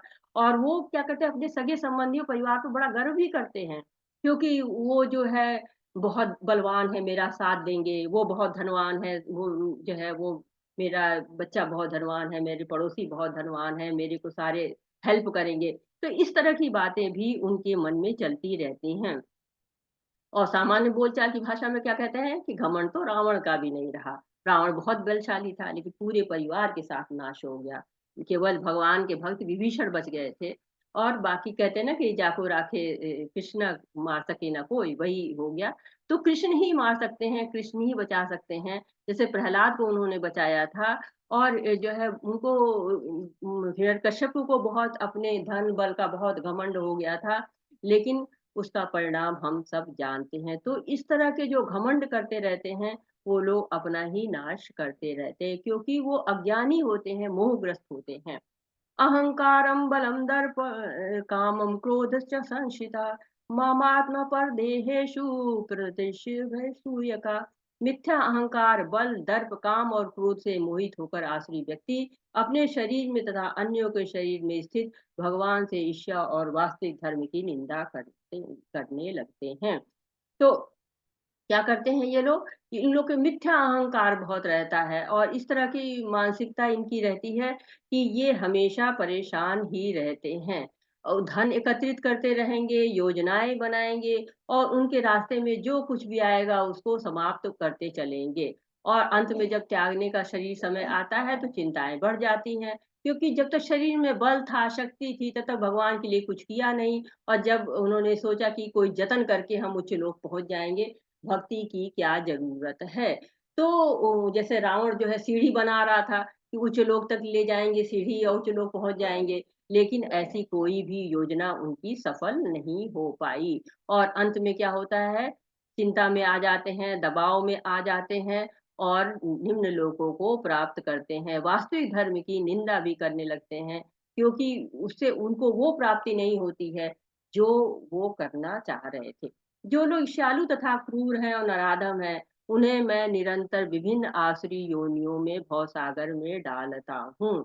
तो जो लोग इन आसुरी प्रवृत्तियों को आगे बढ़ाते रहते हैं, उनको भगवान से भी ईर्ष्या होने लगती है। आसुरी व्यक्ति की ईर्ष्या जब बढ़ने लगती है तो स्वयं को भगवान से बड़ा समझने लगता है, और ईर्ष्या करने लगता है। जैसे युधिष्ठिर में राष्ट्रीय यज्ञ में था, तो जब श्रेष्ठ पुरुष चुनने की बारी आई, तो श्री कृष्ण को चुना गया, तो शिशुपाल को अच्छा नहीं लगा, और उन्होंने उनको श्रेष्ठ मानने से जो है मना कर दिया। तो उनके दुःख का कारण ये नहीं था कि उन्हें जो है उसे क्यों नहीं चुना गया, उसे दुःख था कि कृष्ण को क्यों चुना गया। तो ये क्या था? ये इनकी ईर्ष्या का प्रदर्शन था। तो भगवान के जानने के लिए हमें तभी जो है योग्य हो सकते हैं, जब हम भगवान का नाम लेंगे, भगवान से प्रेम करेंगे, तभी हम उनके जो है वो धाम में जाने के लिए योग्य हो पाएँगे। आसुरी लोग भगवान में विश्वास करते नहीं हैं, तो शास्त्रों के विरुद्ध कार्य करते रहते हैं। तो उनको ये भी चिंता नहीं रहती है कि हमारे निम्न योनियाँ हमको मिलेंगी। और लेकिन भगवान क्या कहते हैं, भगवान सबसे प्रेम करते हैं, जैसे माता-पिता आपसे प्रेम करते हैं, और अगर आप माता-पिता से ईर्ष्या करेंगे तो उनके साथ कैसे रह पाएँगे? झगड़े करके चले जाएँगे। वैसे आसुरी लोग भी भगवान के साथ नहीं रहते हैं, इसीलिए उनको निम्न योनियाँ मिलती रहती हैं। उनका प्रेम भगवान के लिए विकसित ही नहीं हो पाता। भगवान के धाम जा ही नहीं पाते, और हर जगह का, हर परिवार का यह नियम होता है, कोई न कोई नियम होता है, उस नियम को वो मानने के लिए तैयार नहीं होते हैं, और जब नियम नहीं मानते हैं तो उस परिवार में वो रह नहीं पाते हैं। वैसे ही जो आसुरी लोग होते हैं, वो भगवान के पास नहीं रह पाते। हे कुंती पुत्र, ऐसे व्यक्ति आसुरी योनि में बारंबार जन्म ग्रहण करते हुए कभी भी मुझ तक नहीं पहुंच पाते। वे धीरे धीरे अत्यंत अधम गति को प्राप्त होते हैं। तो जब तक आसुरी गुण रहते हैं आपके पास भगवान के पास, तो आप जा नहीं सकते। और आसुरी गुणों पर नियंत्रण करना बहुत ही कठिन होता है, ये बढ़ता ही जाएगा, ये समाप्त होने वाला ही नहीं है। और इसीलिए क्या होते हैं, निम्न योनियां मिलती हैं, अधम योनियां मिलती हैं। भगवान की बात अच्छी नहीं लगती तो उद्धार भी नहीं होता है। और कभी कभी अनजाने में कोई अच्छा कार्य इनसे हो भी जाता है, तो इनका उद्धार हो जाता है। उसको अज्ञात सूत्र कहा जाता है, कि बिना ज्ञात हुए भगवान की भक्ति को पा जाना। जैसे वाल्मीकि जी थे, मरा मरा कहते हुए भगवान के पास चले गए, उनका कल्याण हो गया। राम राम नहीं बोल पा रहे थे, लेकिन जो है वो मरा मरा बोलते बोलते ही भगवान के पास पहुंच गए। या अजामिल थे, उन्होंने जो है वो नारायण रख दिया अपने बच्चे का नाम, और उसी के नाम पर उनको मुक्ति मिल गई। तो ये सब अज्ञात सूत्र कहलाते हैं, जिसके द्वारा जो है वो लोगों को मिल जाती हैं योनियां। अब आगे का श्लोक कहता है, बहुत इंपॉर्टेंट श्लोक है, इसको आप अपने साथ रख सकते हैं। त्रिविधम नरकस्येदं द्वारनाशन आत्मनः काम क्रोध तथा लोभात् अस्मात् देत तत्ययं त्यजेत्। इस नरक के 3 द्वार हैं, काम क्रोध और लोभ। प्रत्येक बुद्धिमान व्यक्ति को चाहिए कि इन्हें त्याग दे, क्योंकि इनसे आत्मा का पतन होता है। तो 3 द्वार बताए गए हैं जो नरक की तरफ ले जाते हैं, इनसे बचना चाहिए। काम क्रोध और लोभ 3 नरक के पंथ हैं। तो 3 तरह के नरक हैं। पहला नरक कौन सा है, वो नरक जहाँ यातनाएं दी जाती हैं।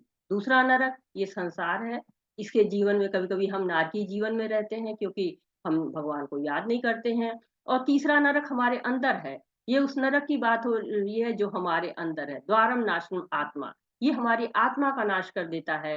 ये हमारे शरीर पर वार नहीं करता है, हमारी आत्मा पर वार करता है। और जब वार आत्मा पे होता है तो शरीर भी अप्रभावित नहीं रह सकता, इससे मुक्त होना बहुत आवश्यक हो जाता है। लेकिन इसकी मुक्ति की कोई और विधि नहीं है, केवल एक ही विधि है कि भगवान की भक्ति की जाए। जब भगवान की भक्ति की जाती है तो सारे जो है वो अवगुण समाप्त हो जाते हैं।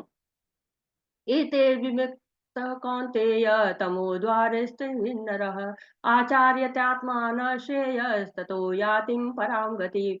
हे कुंती पुत्र, जो व्यक्ति इन 3 नरक द्वारों से बच पाता है, वह आत्म साक्षात्कार के लिए कल्याणकारी कार्य करता है, और इस प्रकार क्रमशः परम गति को प्राप्त करता है। तो भगवान जो है वो बता रहे हैं कि इससे कैसे परम गति से मतलब निकला जा सकता है, कैसे इन गुणों से। तो कह रहे हैं कि आसुरी गुणों के मूल में ही काम क्रोध और लोभ है। जो ये सारे गुण बताए गए हैं 8, इसके मूल में काम क्रोध और लोभ है ही है, यहीं से शुरू होते हैं। पहले हम कामनाएं करते हैं, और जब कामनाओं की पूर्ति नहीं करते हैं तो क्रोध आता है, लोभ आता है। और अन्य आसुरी गुणों को जो है वो निमंत्रण मिलता है कि तुम भी आ जाओ, तुम भी आ जाओ। तो हमें क्या करना है कि स्वयं को इससे दूर रखना है। एक जो है आसुरी गुण क्या करता है, 4 और दुर्गुणों को निमंत्रण देता है। तो हमें सावधान रहना होगा और दैवी गुणों का विकास करना होगा, जिससे हमें परम गति प्राप्त हो। क्योंकि भगवत धाम जाना है, हमारा जो पर्पस है इस जिंदगी का, जो हम चाहते हैं कि हम भगवान के पास जाएं, तो कैसे जा सकते हैं, इन दैवी गुणों को विकसित करके। यह शास्त्र विधि में सृज्य वर्तते काम कारतः न हरे स। कृष्ण माता जी। हरे कृष्णा प्रभु जी। माता माता जी, अपने ग्रुप में जानवी माता जी और वीना माता जी हैं, प्लीज उन्हें को होस्ट बना दें माता जी, हरे कृष्ण। जानकारी और रखनी भी है। जी जी, हैंड रेज कर दी तो। आप ढूंढ लीजिए माता जी, जानवी माता जी में डाल दीजिए, आ जाएगा। नीचे है, सबसे नीचे में जो है। ठीक है, हाँ मिल गए। हाँ, दोनों ने रेज हैंड कर दिया है माता जी ने। हाँ जी प्रभु जी। हरे कृष्णा माता जी, जानवी माता जी और बीना माता जी, हरे हरे कृष्णा। कृष्णा, स्वागत है माता जी आपको अपने क्लास में। हरे कृष्णा। हरे कृष्णा। हरे कृष्ण माता हरे जी, हरे कृष्ण कृष्ण हरे प्रभु जी। जी। हरे कृष्ण हरे प्रभु जी। कृष्णा, धन्यवाद प्रणाम माता जी, धन्यवाद प्रणाम। हरे कृष्ण प्रभु जी, धन्यवाद प्रणाम। जी। पहले सभी को कॉन्ग्रेचुलेशन, सारे जितने भी डेवोटीज है जिसने 16 दिन कंप्लीट किया। ये सबसे बड़ी कृष्ण कृपा होती है जो टिक जाते हैं, है ना। ये माया है, जगत में आते माया रेडी ही रहती है कि भाई ये कब बंदा मेरे हाथ में लग जाए और उसको मैं घिसेड़ लूं अपनी साइड। पर जिसके ऊपर कृष्ण की कृपा है ना, जिसके ऊपर उसकी कृपा है, उसको माया झपेट में ला ही नहीं सकती। तो सबको कॉन्ग्रेचुलेशंस के जितने भी 77 डिवोटीज है बहुत अच्छे से 16 दिन कंप्लीट कर दिए, 2 दिन के बाद आपकी 18 दिन की ये यात्रा खत्म नहीं हो रही है और ये कंटिन्यू हो रही है आगे। बस उसके बारे में ही पूरा नॉलेज लेके मैं और माता जी दोनों आए हैं। तो जैसे इस्कॉन मैंगलोर से नहीं आप कनेक्ट हुए, आप कृष्ण के साथ कनेक्ट हुए हैं आप सब। तो सबको कॉन्ग्रेचुलेशंस, सक्सेसफुली आपने अटेंड किया, हो गई होगी। और कुछ भी प्रॉब्लम है, अगर आपका सर्टिफिकेट डाउनलोड नहीं हो रहा है, कुछ एरर आ रहा है, तो आप एडमिन जो नीरज प्रभु जी है, अमित प्रभु जी है, या फिर माता जी है, अनुराधा माता जी, उनको कांटेक्ट कर सकते हैं, तो फिर वो सॉर्ट आउट कर देंगे। हरे कृष्ण माता जी। हरे कृष्ण हरे माता तो कृष्ण। जो रिवार्ड है सर्टिफिकेट, वो हमारी भक्ति का रिवार्ड है ना माता जी? स्लाइड्स चेंज करिए। हरे कृष्णा। तो जैसे लेवल 1 हमारी भक्ति यात्रा कंप्लीट जस्ट हुई। a minute माता जी, I'm just showing them the quiz tutorial. हरे कृष्णा सबको। शायद आप सबने एनरोल किया था, पर कुछ डिवोटीज ने मुझे और हमारे एडमिन्स को मैसेज किया कि वो एनरोल नहीं कर पा रहे। पहले आप यहाँ log in to enrol click कीजिए और अपना डिटेल्स यहाँ लॉगिन डिटेल्स के साथ लॉगिन कीजिए। अगर आपको यह लॉगिन नहीं हो रहा, मतलब आपने रजिस्टर नहीं किया, मतलब आप न्यू यूज़र है, सो आप यहाँ पे रजिस्टर क्लिक करके आपके डिटेल्स फिल करके रजिस्टर कीजिए। उसके बाद आपके जो भी क्विज है वो आएगा। अगर आपने माता जी रजिस्टर हरे किया। कृष्णा, एक बार मैं चाहूंगा इसको थोड़ा स्लाइड के माध्यम से और समझा दें। अभी है ना आपके पास होगा स्लाइड, तो क्विज का एक बार स्लाइड ला करके थोड़ा और समझा दें उनको। प्रभु जी, उस स्लाइड्स में बस लेवल 2 वो सब चीज़ है, क्विज के बारे में मैंने नहीं डाला था, इसलिए मैंने लिंक ओपन करके, जैसे कि चलो, एक मिनट कंटिन्यू मैं कंटिन्यू। आपके।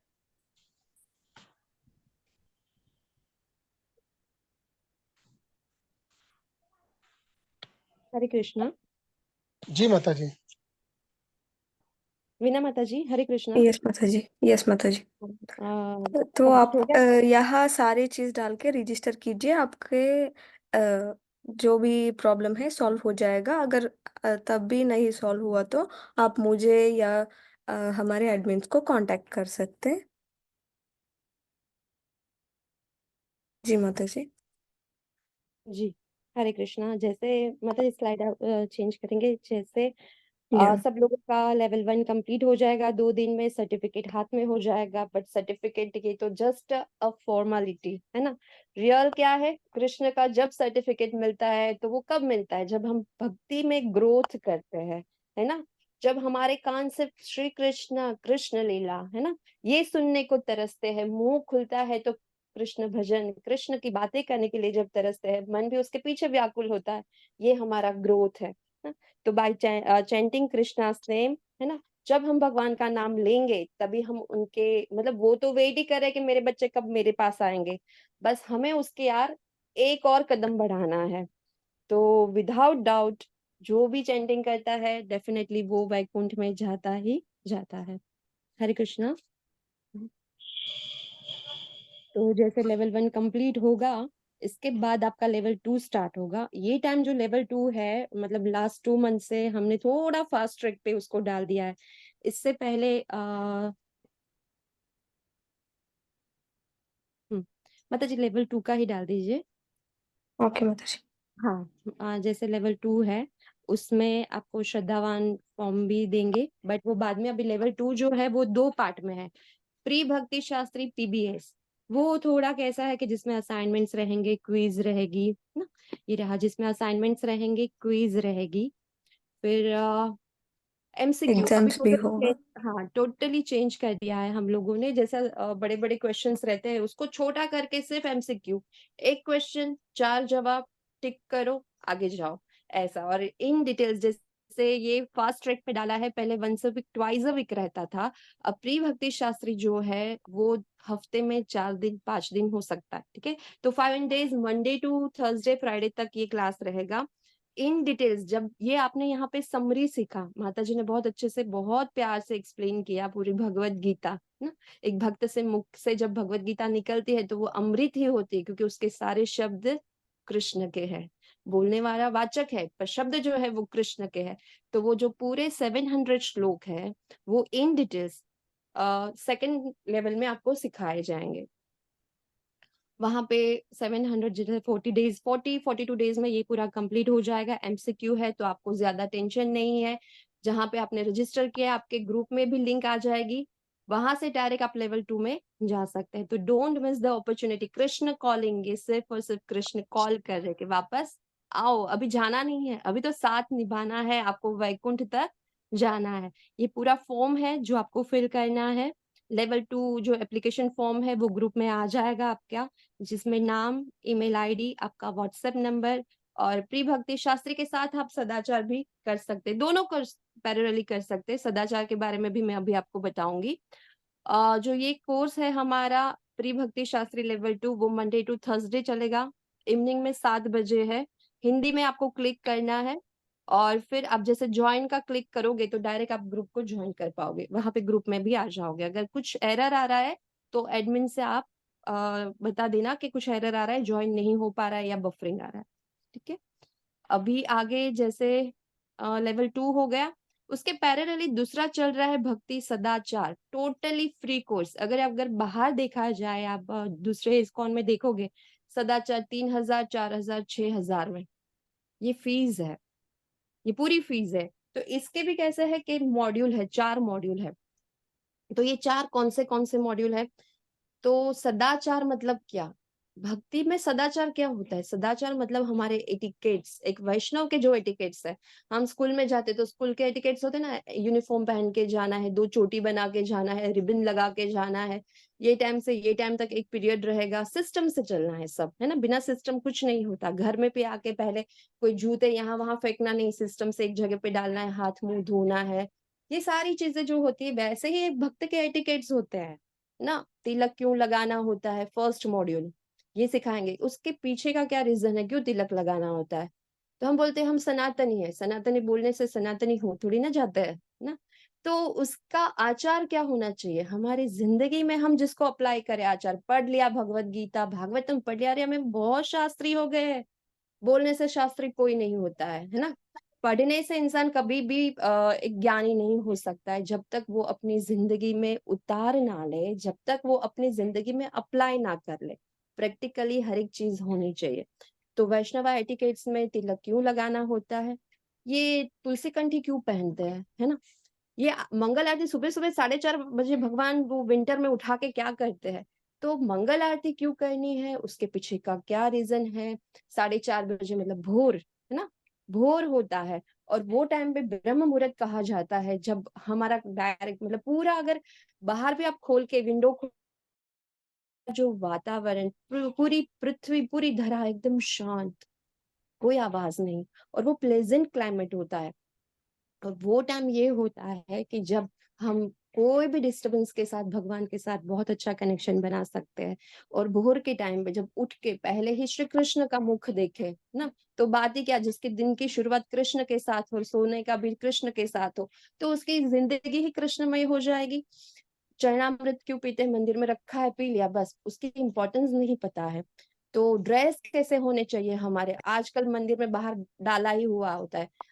माताओं को नम्र विनंती है पूरे कपड़े पहन के आए, दुपट्टा सिर पे डाल के आए। फिर पुरुषों के लिए भी होते हैं कि पूरे पैंट पहन के आए, बैगी पैंट, छोटे छोटे पैंट नहीं अलाउड है।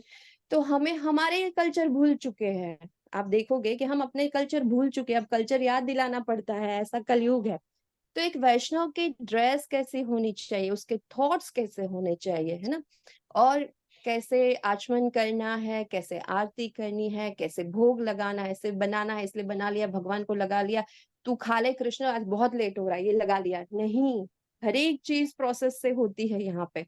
प्रोसेस से ही कृष्ण के साथ कनेक्ट हो जाते हैं। भगवान को हमारे भोग के भूखे थोड़ी ना है, वही तो हमें देने वाले हैं, हमें उसको देना है। तो भोग कैसे बनाना है से लेके, भोग लगाने की विधि से लेके, भोग कैसे ग्रहण करना है, और इन सब के पीछे का तथ्य क्या है ये सब चीजें क्यों करते हैं हम, ये सारे एटिकेट्स जो है हम मॉड्यूल 1 में सिखाएंगे। तो don't miss the opportunity, Krishna से कनेक्ट होना है, भगवान इतने कृपालु दयालु है कि छोटी छोटी चीजों से दरवाजा खुला रखा है। भगवान को पता है मेरे बच्चे कैसे हैं, नीचे गए हैं तो कलयुग के मेरे बच्चे कैसे हैं, छोटी छोटी चीज से तो मुझ तक पहुंचेगा, है ना।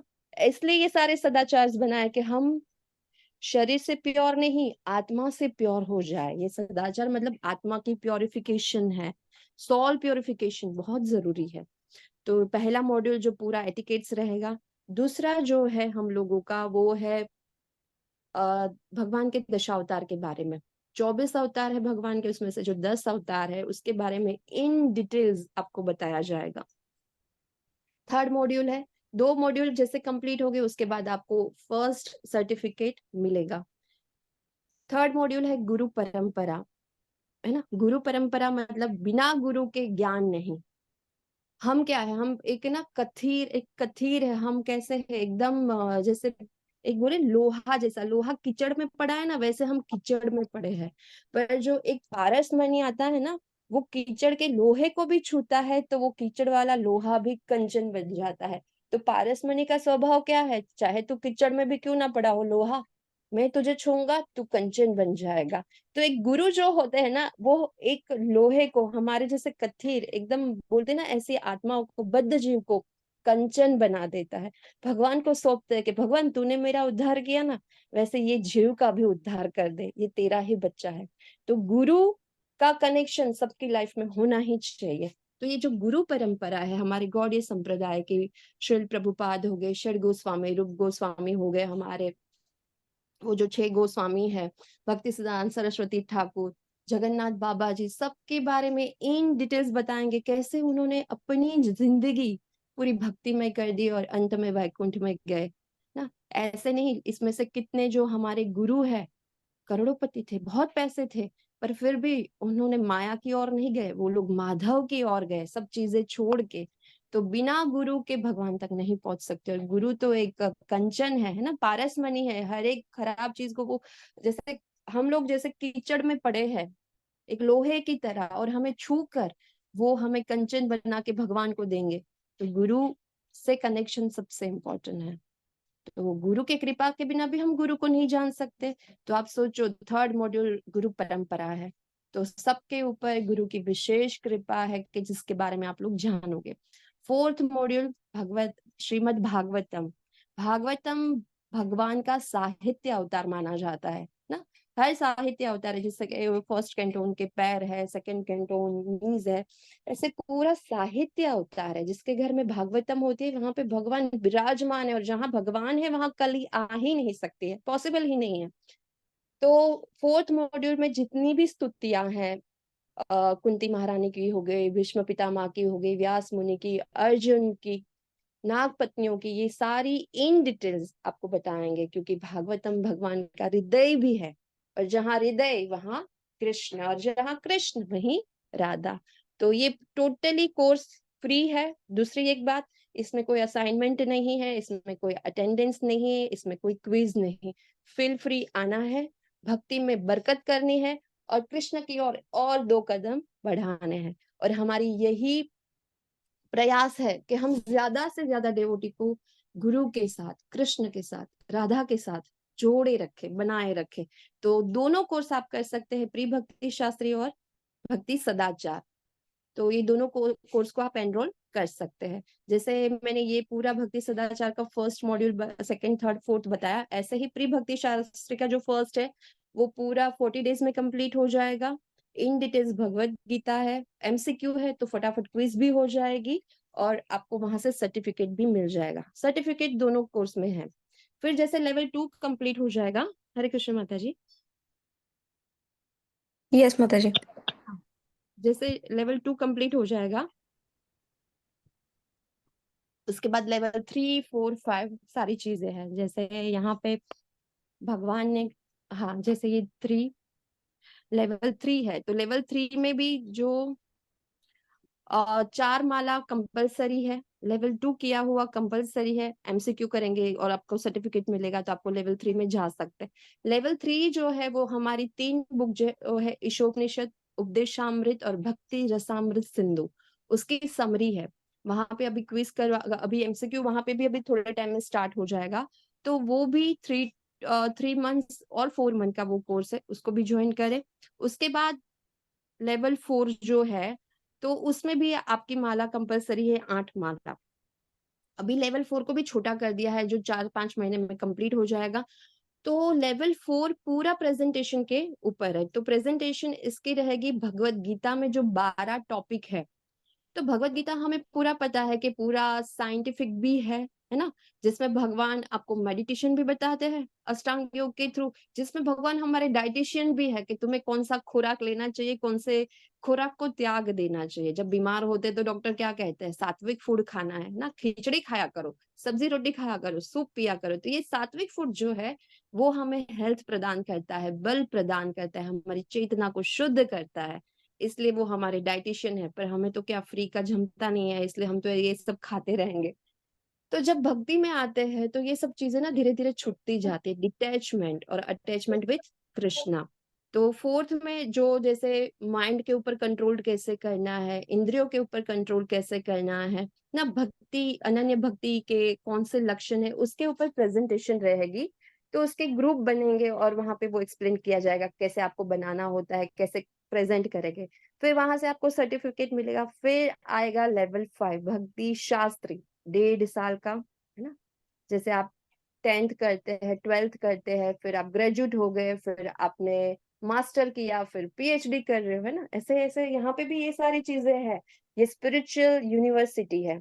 तो इसमें भी कैसे रहेगा, जब 5th में आ जाएंगे भक्ति शास्त्री, उसमें 16 माला कंपलसरी है सबसे पहली बात, और 3 बुक्स और पढ़ी हुई जिसका सर्टिफिकेट, लेवल 4 का सर्टिफिकेट कंपलसरी है।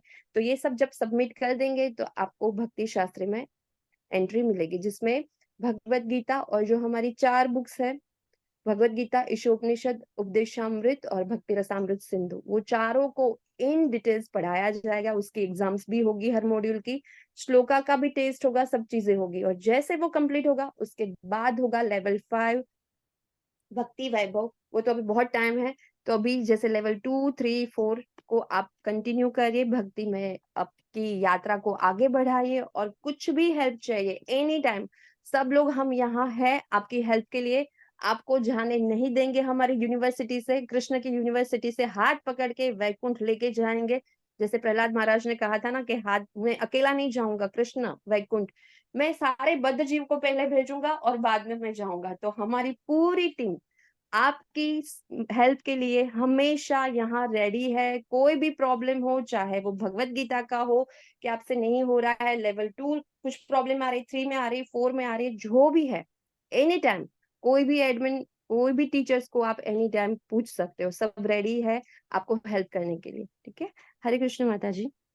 यस माता जी।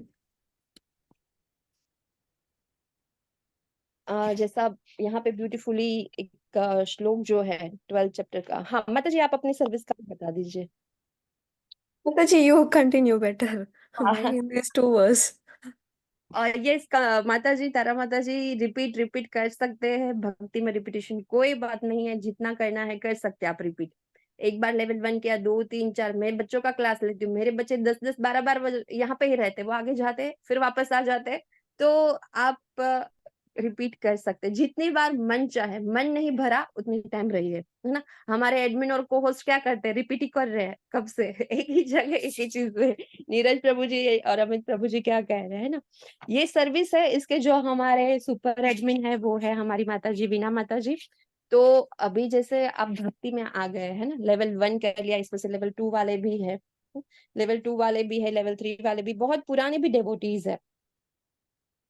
तो भगवान कहते हैं कि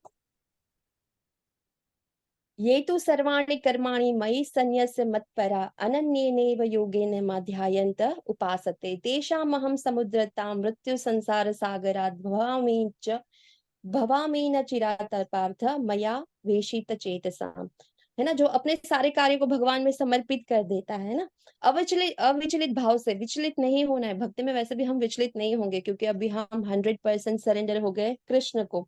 जो भगवान की पूजा करते हैं, उनमें मन लगाते हैं, आत्मा का परमात्मा से मिलन ऑलरेडी हो चुका है ना, और आगे बढ़ाएंगे, उनका ध्यान करेंगे। तो भगवान क्या करते हैं, जन्म मृत्यु के चक्र से तुरंत ही हमें बाहर निकालेंगे। तो अभी ये पूजा तो करते हैं, सेवा भी करते हैं, तो हमारी जो ऑनलाइन सेवा है, हमारी जो ऑनलाइन सर्विस है, जिसमें एडमिन है, को होस्ट है, वीएफएस, जिसमें मैसेजेस फॉरवर्ड होता है, इसमें भी 40-50 डेवोटीज स्टिल काम कर रहे हैं। तो लेवल 1 में भी अभी आप हो तो जैसे मैसेजेस करना होता है, फिर टेक्निकल सपोर्ट, आप में से बहुत बच्चे ऐसे होंगे, बहुत ऐसे डेवोटीज होंगे जो टेक्निकल सब चीजें जानते होंगे, तो वो आ सकते हैं सेवा में। ग्राफिकल डिजाइनर्स भी चाहिए, तो अगर किसी को बहुत अच्छी ग्राफिक्स आती है, डिजाइन बनाना आता है, तो वो भी एडमिन को कांटेक्ट कर ले। आपको अगर एडमिन सेवा करनी है, को होस्ट सेवा करनी है, वीएफएस करवाना है, जो भी आपका मन है कि यस मैं ये कर सकता हूँ या कर सकती हूँ, क्योंकि अभी भगवान हमें भक्ति में लेके आए, तो ऋण तो चुकाना पड़ेगा ना। तो हम सेवा दे के ना, जैसे हमने आपको बांधा है, आप और लोगों को बांधो, और लोगों की जिंदगी को टर्न देके यहाँ पे लेके आओ। यहाँ पे मतलब कृष्ण के पास लेके आइए, है ना। तो एक भक्त भी, अगर एक अभक्त भी भक्त हुआ ना आपके लिए, तो भगवान सबसे ज्यादा प्रसन्न होंगे कि देखो कुछ अच्छा काम हो रहा है ना। तो जिसको भी ये सर्विस करनी है, वो एडमिन को अपना नाम, नंबर और ईमेल आईडी दे दे।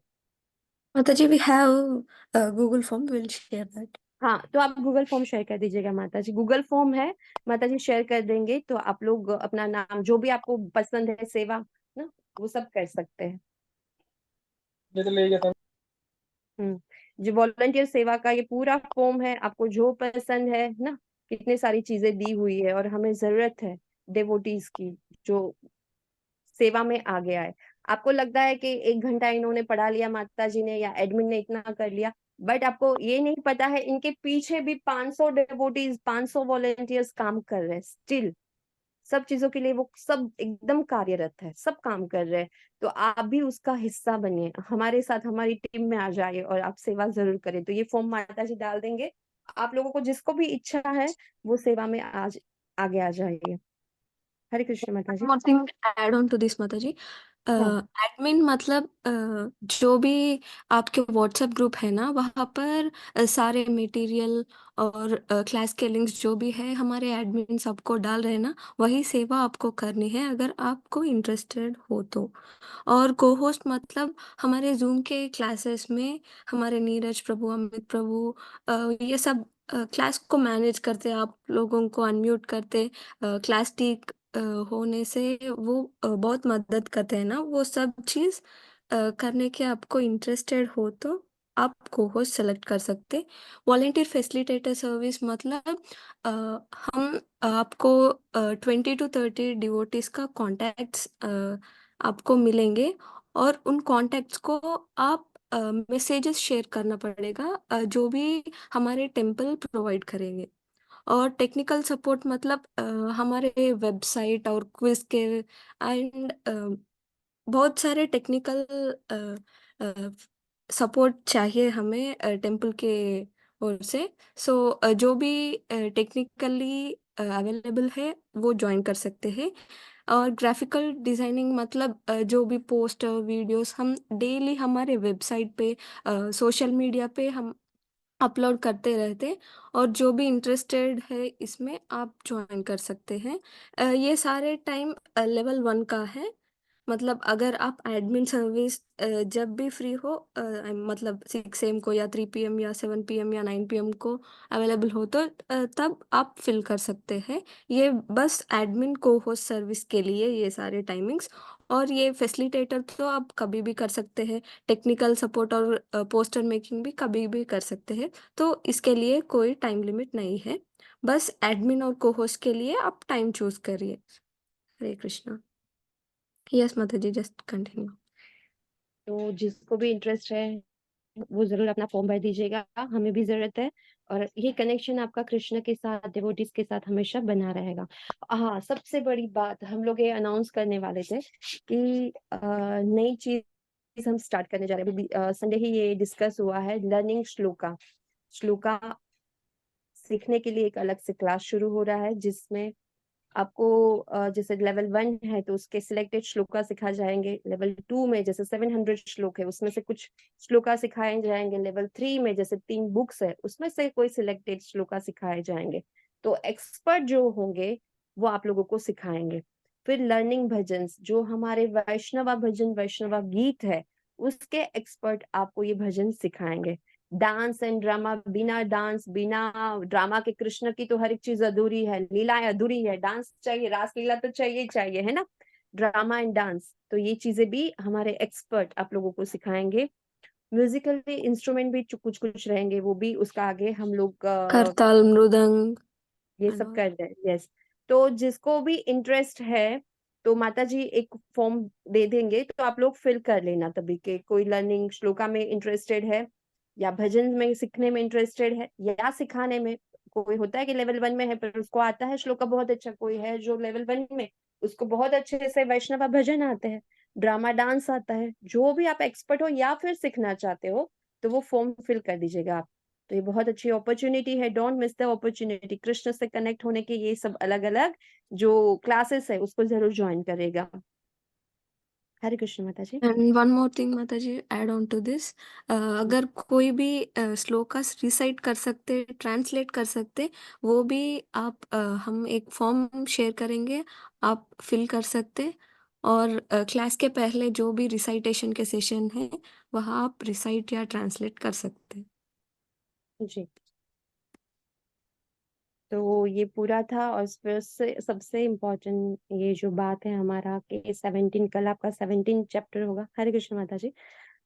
जैसे 17 चैप्टर होगा तो जिसमें एक मंत्र है, श्लोक है, दातव्यमिति यदानं दीयते अनुपकारिणे देशे काले च पात्रे च तदानं सात्विकं स्मृतम्। जो दान कर्तव्य समझकर किसी प्रत्युपकार की आशा के बिना समुचित काल और स्थान और योग्य व्यक्ति को दिया जाता है वो सात्विक माना जाता है। दान किसको देना चाहिए, कैसा देना चाहिए, कैसा काल, कैसा समय, कैसी चीज होनी चाहिए, उसके बारे में जो आपका 17 चैप्टर का 20 श्लोक है। तो हमने जितने भी कोर्सेस कर रहे हैं अभी लेवल 1 2 3 4 5 है ना, तो कोई भी चीज हम कभी भी फ्री में नहीं लेते हैं। तो आपकी क्लास में ये डिस्कस हो गई है कि जैसे हमारा टेम्पल बन रहा है, राधा गोविंदा, हमारे श्री श्री राधा गोविंदा का एक बहुत अच्छा टेम्पल बन रहा है ना, तो उसकी जैसे पिक्चर्स है, अभी रिसेंट के ये पिक्चर है, 2-3 दिन पहले आए, इतना हो चुका है। तो उसमें सुदामा सेवा, मत्स्य सेवा, ये सेवा भी चलती है, अन्नदान की। ब्रिक अगर आपको देने हैं ब्रिक का कुछ भी तो उससे है, तो उससे रिलेटेड पूरा डिटेल्स माता जी ने भी आपको शायद बताया होगा, और ये ग्रुप में भी आ जाएगा कि क्या क्या सेवा, कितने कितने, आप आपकी मर्जी। ऐसा नहीं कि मुझे इतना देना है या इतना, जैसे हो सके उतना आप जरूर करिए, क्योंकि हम जहाँ रहते हैं वो घर कृष्ण का है, हमारा कुछ नहीं है। तो अभी जब उसका घर बन रहा है, मतलब हम जो भौतिक जगत में बना रहे हैं, तो जरूर उसमें कुछ ना कुछ कंट्रीब्यूशन दे। तो ये पूरी स्लाइड्स है वो और पूरा जो डिटेल्स है वो भी ग्रुप में आ जाएगा। अन्नदान सेवा भी है, वो भी आप कर सकते हैं ना। तो कोई ऐसा नहीं कि भाई हमारे इतना है, इतना ही करना पड़ेगा, मैं नहीं कर सकती हूँ, ऐसा कुछ नहीं। आप अपने मन को पक्का करें तो जरूर भगवान का जो मंदिर बन रहा है, उसका घर बन रहा है, जहाँ हमारे राधा गोविंदा रहेंगे, वहां पे जरूर आपके नाम का एक अगर अन्नदान भी हुआ तो सोचिए कितने लोगों को प्रसादम के रूप में वो चीजें जाएगी। तो जरूर से आप डोनेशन करिए, क्योंकि दान की खुद की एक महिमा है ना, जो कल माता जी आपको बहुत अच्छे से समझाएंगे। तो वो जरूर आप लोग करिएगा। ठीक, सभी को हरे कृष्णा। हरे कृष्णा माता जी, हरे कृष्णा। हरे कृष्णा सभी को। और कोई भी डाउट्स है तो अभी कृष्ण के पैर पकड़ लिए, जैसे यहाँ कहा है ना, मैंने बोला ना, जैसे दान हो या सेवा हो, राम भगवान की जो वो गिलहरी थी है ना, राम सेतु बनाने के लिए छोटे छोटे कंकर उठा के देती थी, पर उसकी महिमा, भगवान ने कहा है छोटा भी दे पर बना तो मेरा पूरा सेतु है ना। तो भगवान के लिए की गई कोई भी सेवा छोटी या बड़ी नहीं होती, वो अमूल्य होती है, हमेशा अमूल्य होती है। तो जरूर सर्विस करे, जरूर कुछ डोनेशन करे, भगवान की नजर में मतलब एक बहुत बड़ी बात होती है। तो जय Hare Krishna and be happy. Krishna से कनेक्शन बनाते रहिए। और माता जी इतना ब्यूटीफुली क्लास ले रही है, अगेन वो जब लेंगे तो उनको फिर से आप जुड़ सकते हैं, रिपीट क्लास कर सकते हैं, क्योंकि भक्ति का रस जितना भी पियेंगे उतना कम है, ये तो अमृत है ना। सभी को हरे कृष्ण माता जी, हरे कृष्ण दंडवत हरे प्रणाम। हरे कृष्णा माता जी, बहुत बहुत धन्यवाद इतनी बहुमूल्य जानकारियां देने के लिए। आपको आपके मुखमंडल से बहुत सुंदर सुंदर बातें आई हैं, और भक्त लोग जरूर उसका पालन करेंगे। बहुत बहुत धन्यवाद। जी, जी, माता जी। ठीक है, हरे हरे कृष्ण माता कृष्णा जी। माता मैं जी, अभी बहुत हरे धन्यवाद। कृष्णा वीणा माता जी, हरे कृष्णा। माता जी अभी लीव करें, आप क्लास अपना कंप्लीट कर लीजिए, थोड़ा आपका टाइम ले लिया बीच का हम लोगों ने, तो नहीं उसके नहीं लिए नहीं, बहुत क्षमा जरूरी था चाहती है माता जी, माता बहुत जी। आपने अच्छा बहुत अच्छा लगा। किया। बहुत क्षमा अच्छा चाहती हूँ। लगा माता जी। हरे कृष्णा माता ठीक है, जी। हरे कृष्णा नीरज प्रभु जी, अमित प्रभु जी, धन्यवाद प्रणाम, सभी को हरे धन्यवाद कृष्णा, प्रणाम। धन्यवाद हरे प्रणाम माता जी, कृष्णा, कोटि कोटि हरे धन्यवाद। हरे कृष्ण माता जी, दंडवत प्रणाम। हरे कृष्ण माता जी, हरे कृष्ण प्रभु जी, हरे कृष्णा। धन्यवाद प्रणाम। बहुत बहुत धन्यवाद माता जी, आप बहुत हेल्पफुल हैं। और हरे Sorry माता जी for all the interruption and yeah, please continue माता जी, really sorry for this. Krishna. Hare Hare Krishna. Krishna. बहुत सुंदर। तस्मात् शास्त्रं प्रमाणं ते कार्याकार्य व्यवस्थितो ज्ञात्वा शास्त्र विधानोक्तं कर्म कर्तुम हर्षि। अतः मनुष्य को यह जानना चाहिए कि शास्त्रों के विधान के अनुसार क्या कर्तव्य है और क्या अकर्तव्य है। उसे विधि विधानों को जानकर कर्म करना चाहिए, जिससे वे क्रमशः ऊपर उठ सकें। तो बताया गया कि ये भगवान की वाणी है, और इसमें बताया गया ना कि धर्म तो साक्षात भगवत प्रणीतम। तो धर्म साक्षात भगवान है, और भगवान के नियमों की पालना हमें अवश्य करनी चाहिए, क्योंकि जो शास्त्र परम पिता की वाणी है उसको धारण करके ही हम जीवन में और जीवन के बाद भी अपना कल्याण कर सकते हैं। जैसे एलआईसी में कहते हैं ना कि जीवन के साथ भी जीवन के बाद भी, वैसे ही यहाँ पर हम जो भगवान की प्राप्ति है वो शास्त्रों के आदेशों का पालन करके हम यहाँ भी सुखी रहते हैं इस लोक में भी, और जो भगवत धाम में भी सुखी रह सकते हैं। असुर लोग ऐसा नहीं करते हैं, और ऐसा न करने के कारण ही क्या होता है, उनको भगवान की प्राप्ति नहीं होती है।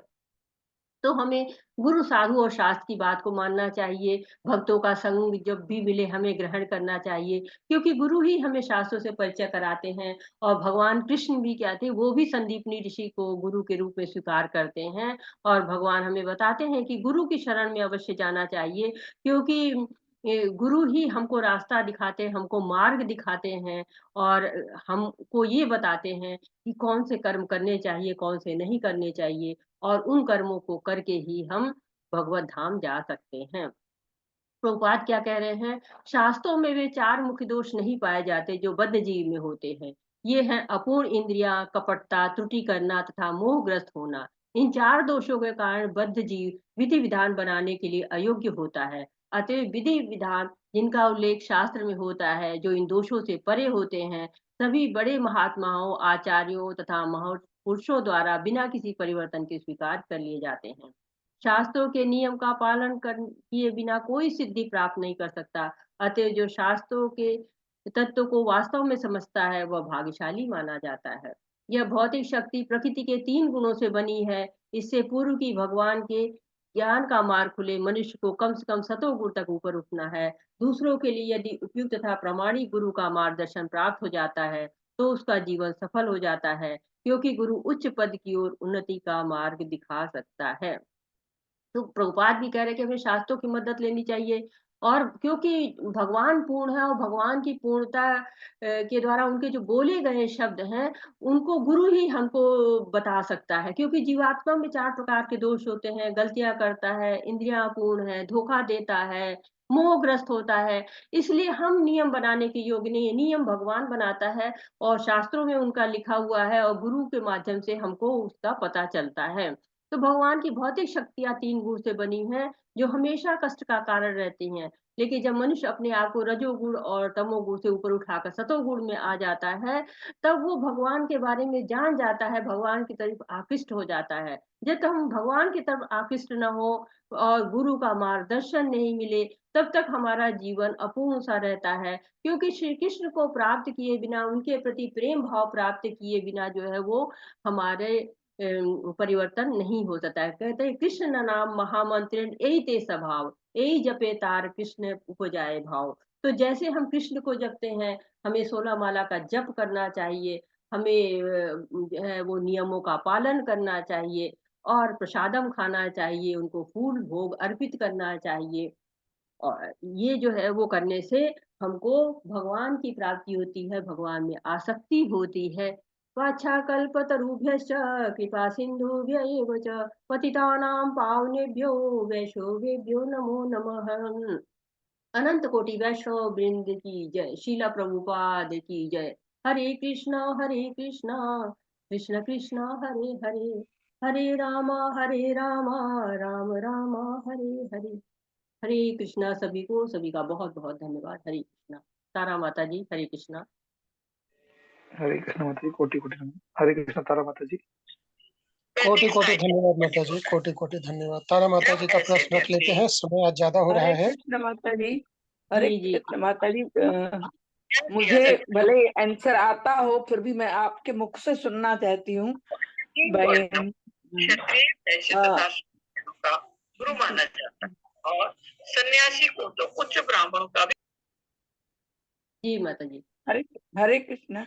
जी हरे कृष्णा जी। भगवान जो है, ईश्वर जो है, वो असुरों पर कृपालु नहीं है, फिर भी उनको सर्व कृपालु क्यों कहते हैं?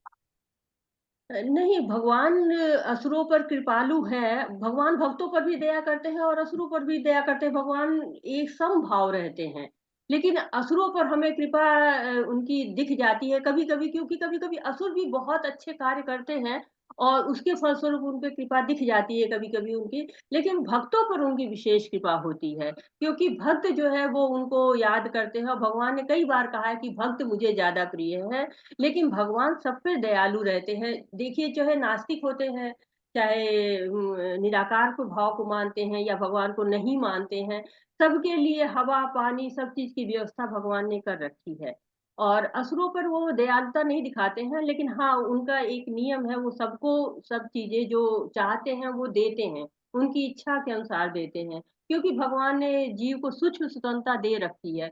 सूक्ष्म स्वतंत्रता के कारण जो इच्छा करता है जीव वो उसको मिल जाता है। तो असुरों की भी जो इच्छा होती है उनको पूरी हो जाती है।